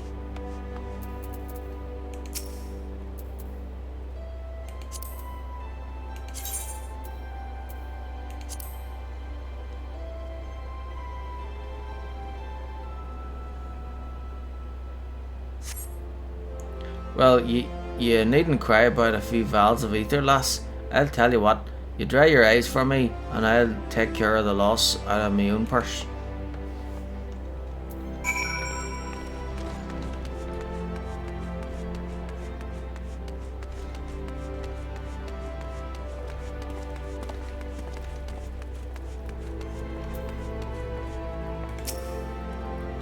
A masterful performance, Faye. The sniffling was a nice touch. You will, however, encounter foes who are unmoved by such piteous wailings. Take this recent request, for instance, which I have nominated to serve as your next trial. A team of scholars has asked for thaumaturge to destroy a cursed relic they unearthed known as Mormo's Urn.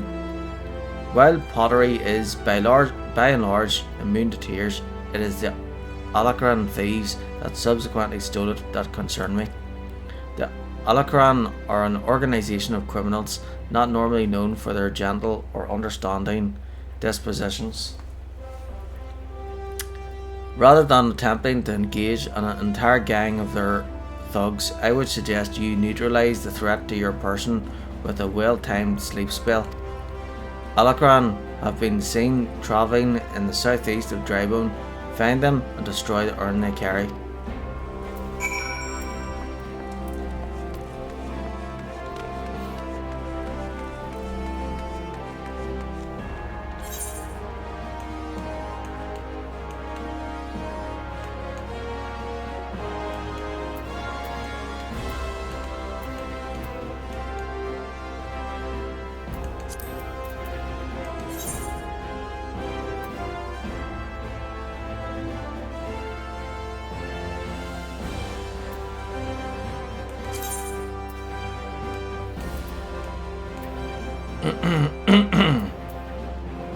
Camp Drybone.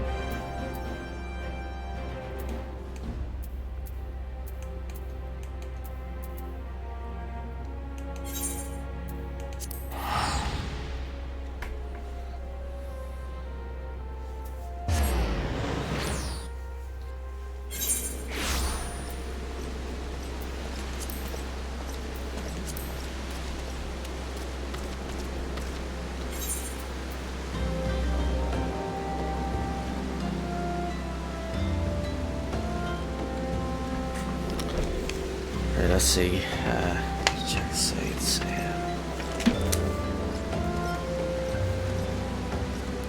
Levies of Camp Drybone. Yep. Danish.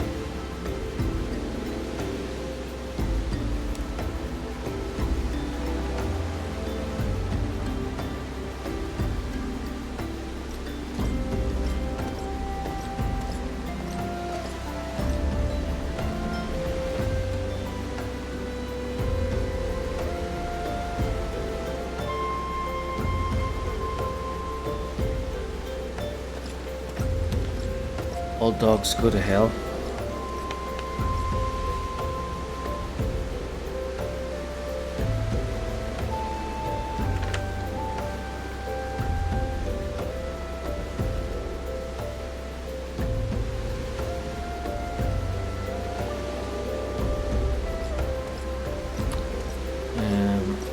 Buzzing at the church.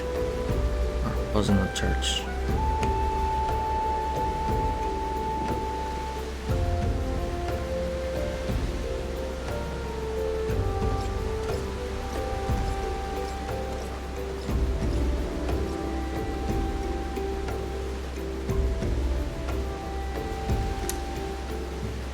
Dead bodies everywhere.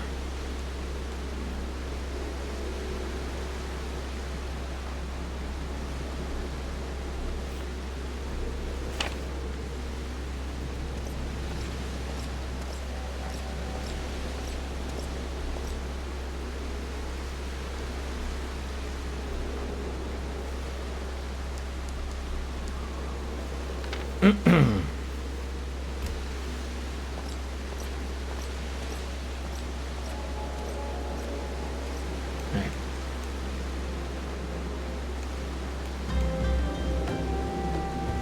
Southeast.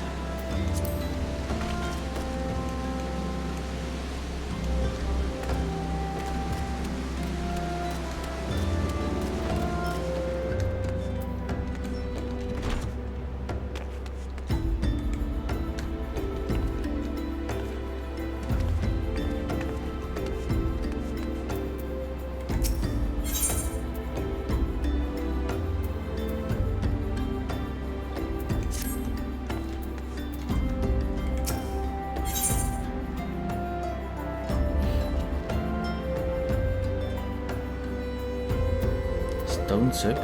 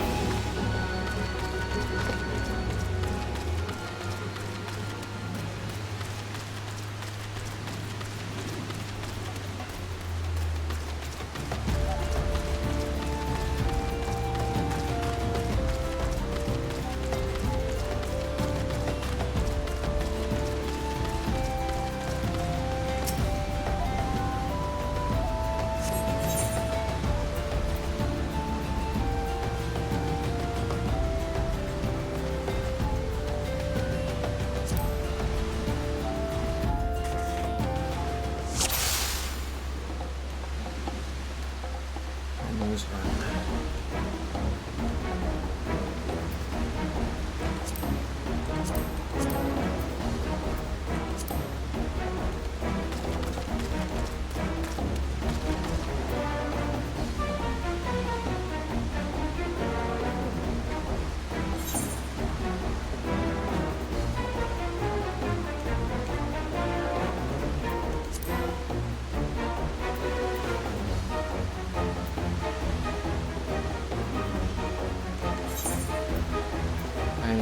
Designated location. You can send a child at party to destroy the cursed artifact known as a Marmor's Urn. Keep in mind how effective the Wild Time Sleep spell can be. Track down and defeat the Alacran. These have stolen Urn and are now traveling southeast of Dragon.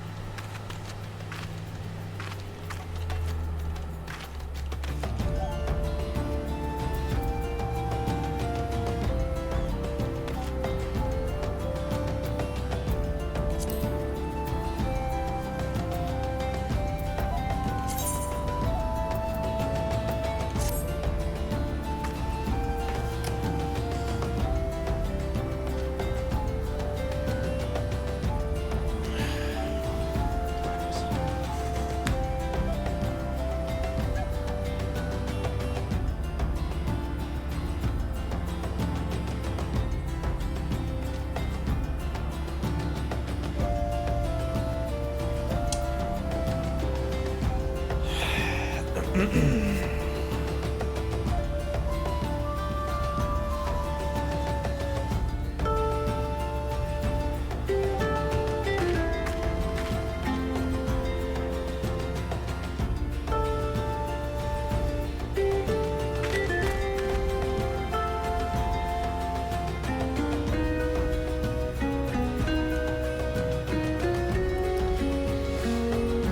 I'm not sure if I'm really liking playing as the mage. I want to try playing as a melee character.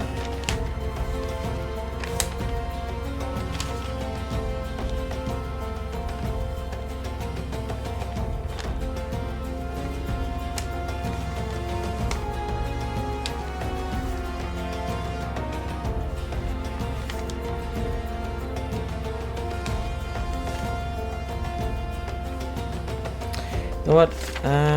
Maybe I'll create my other character, the PS5 one.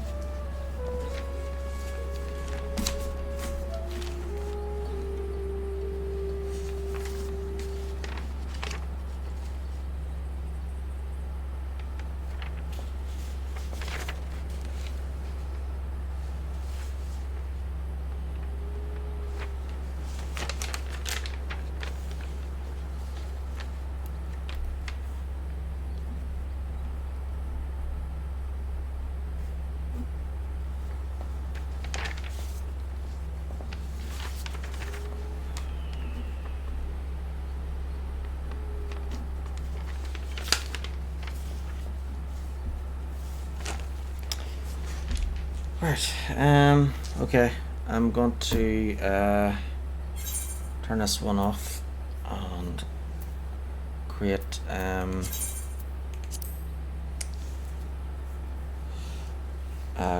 the second character on the PS5.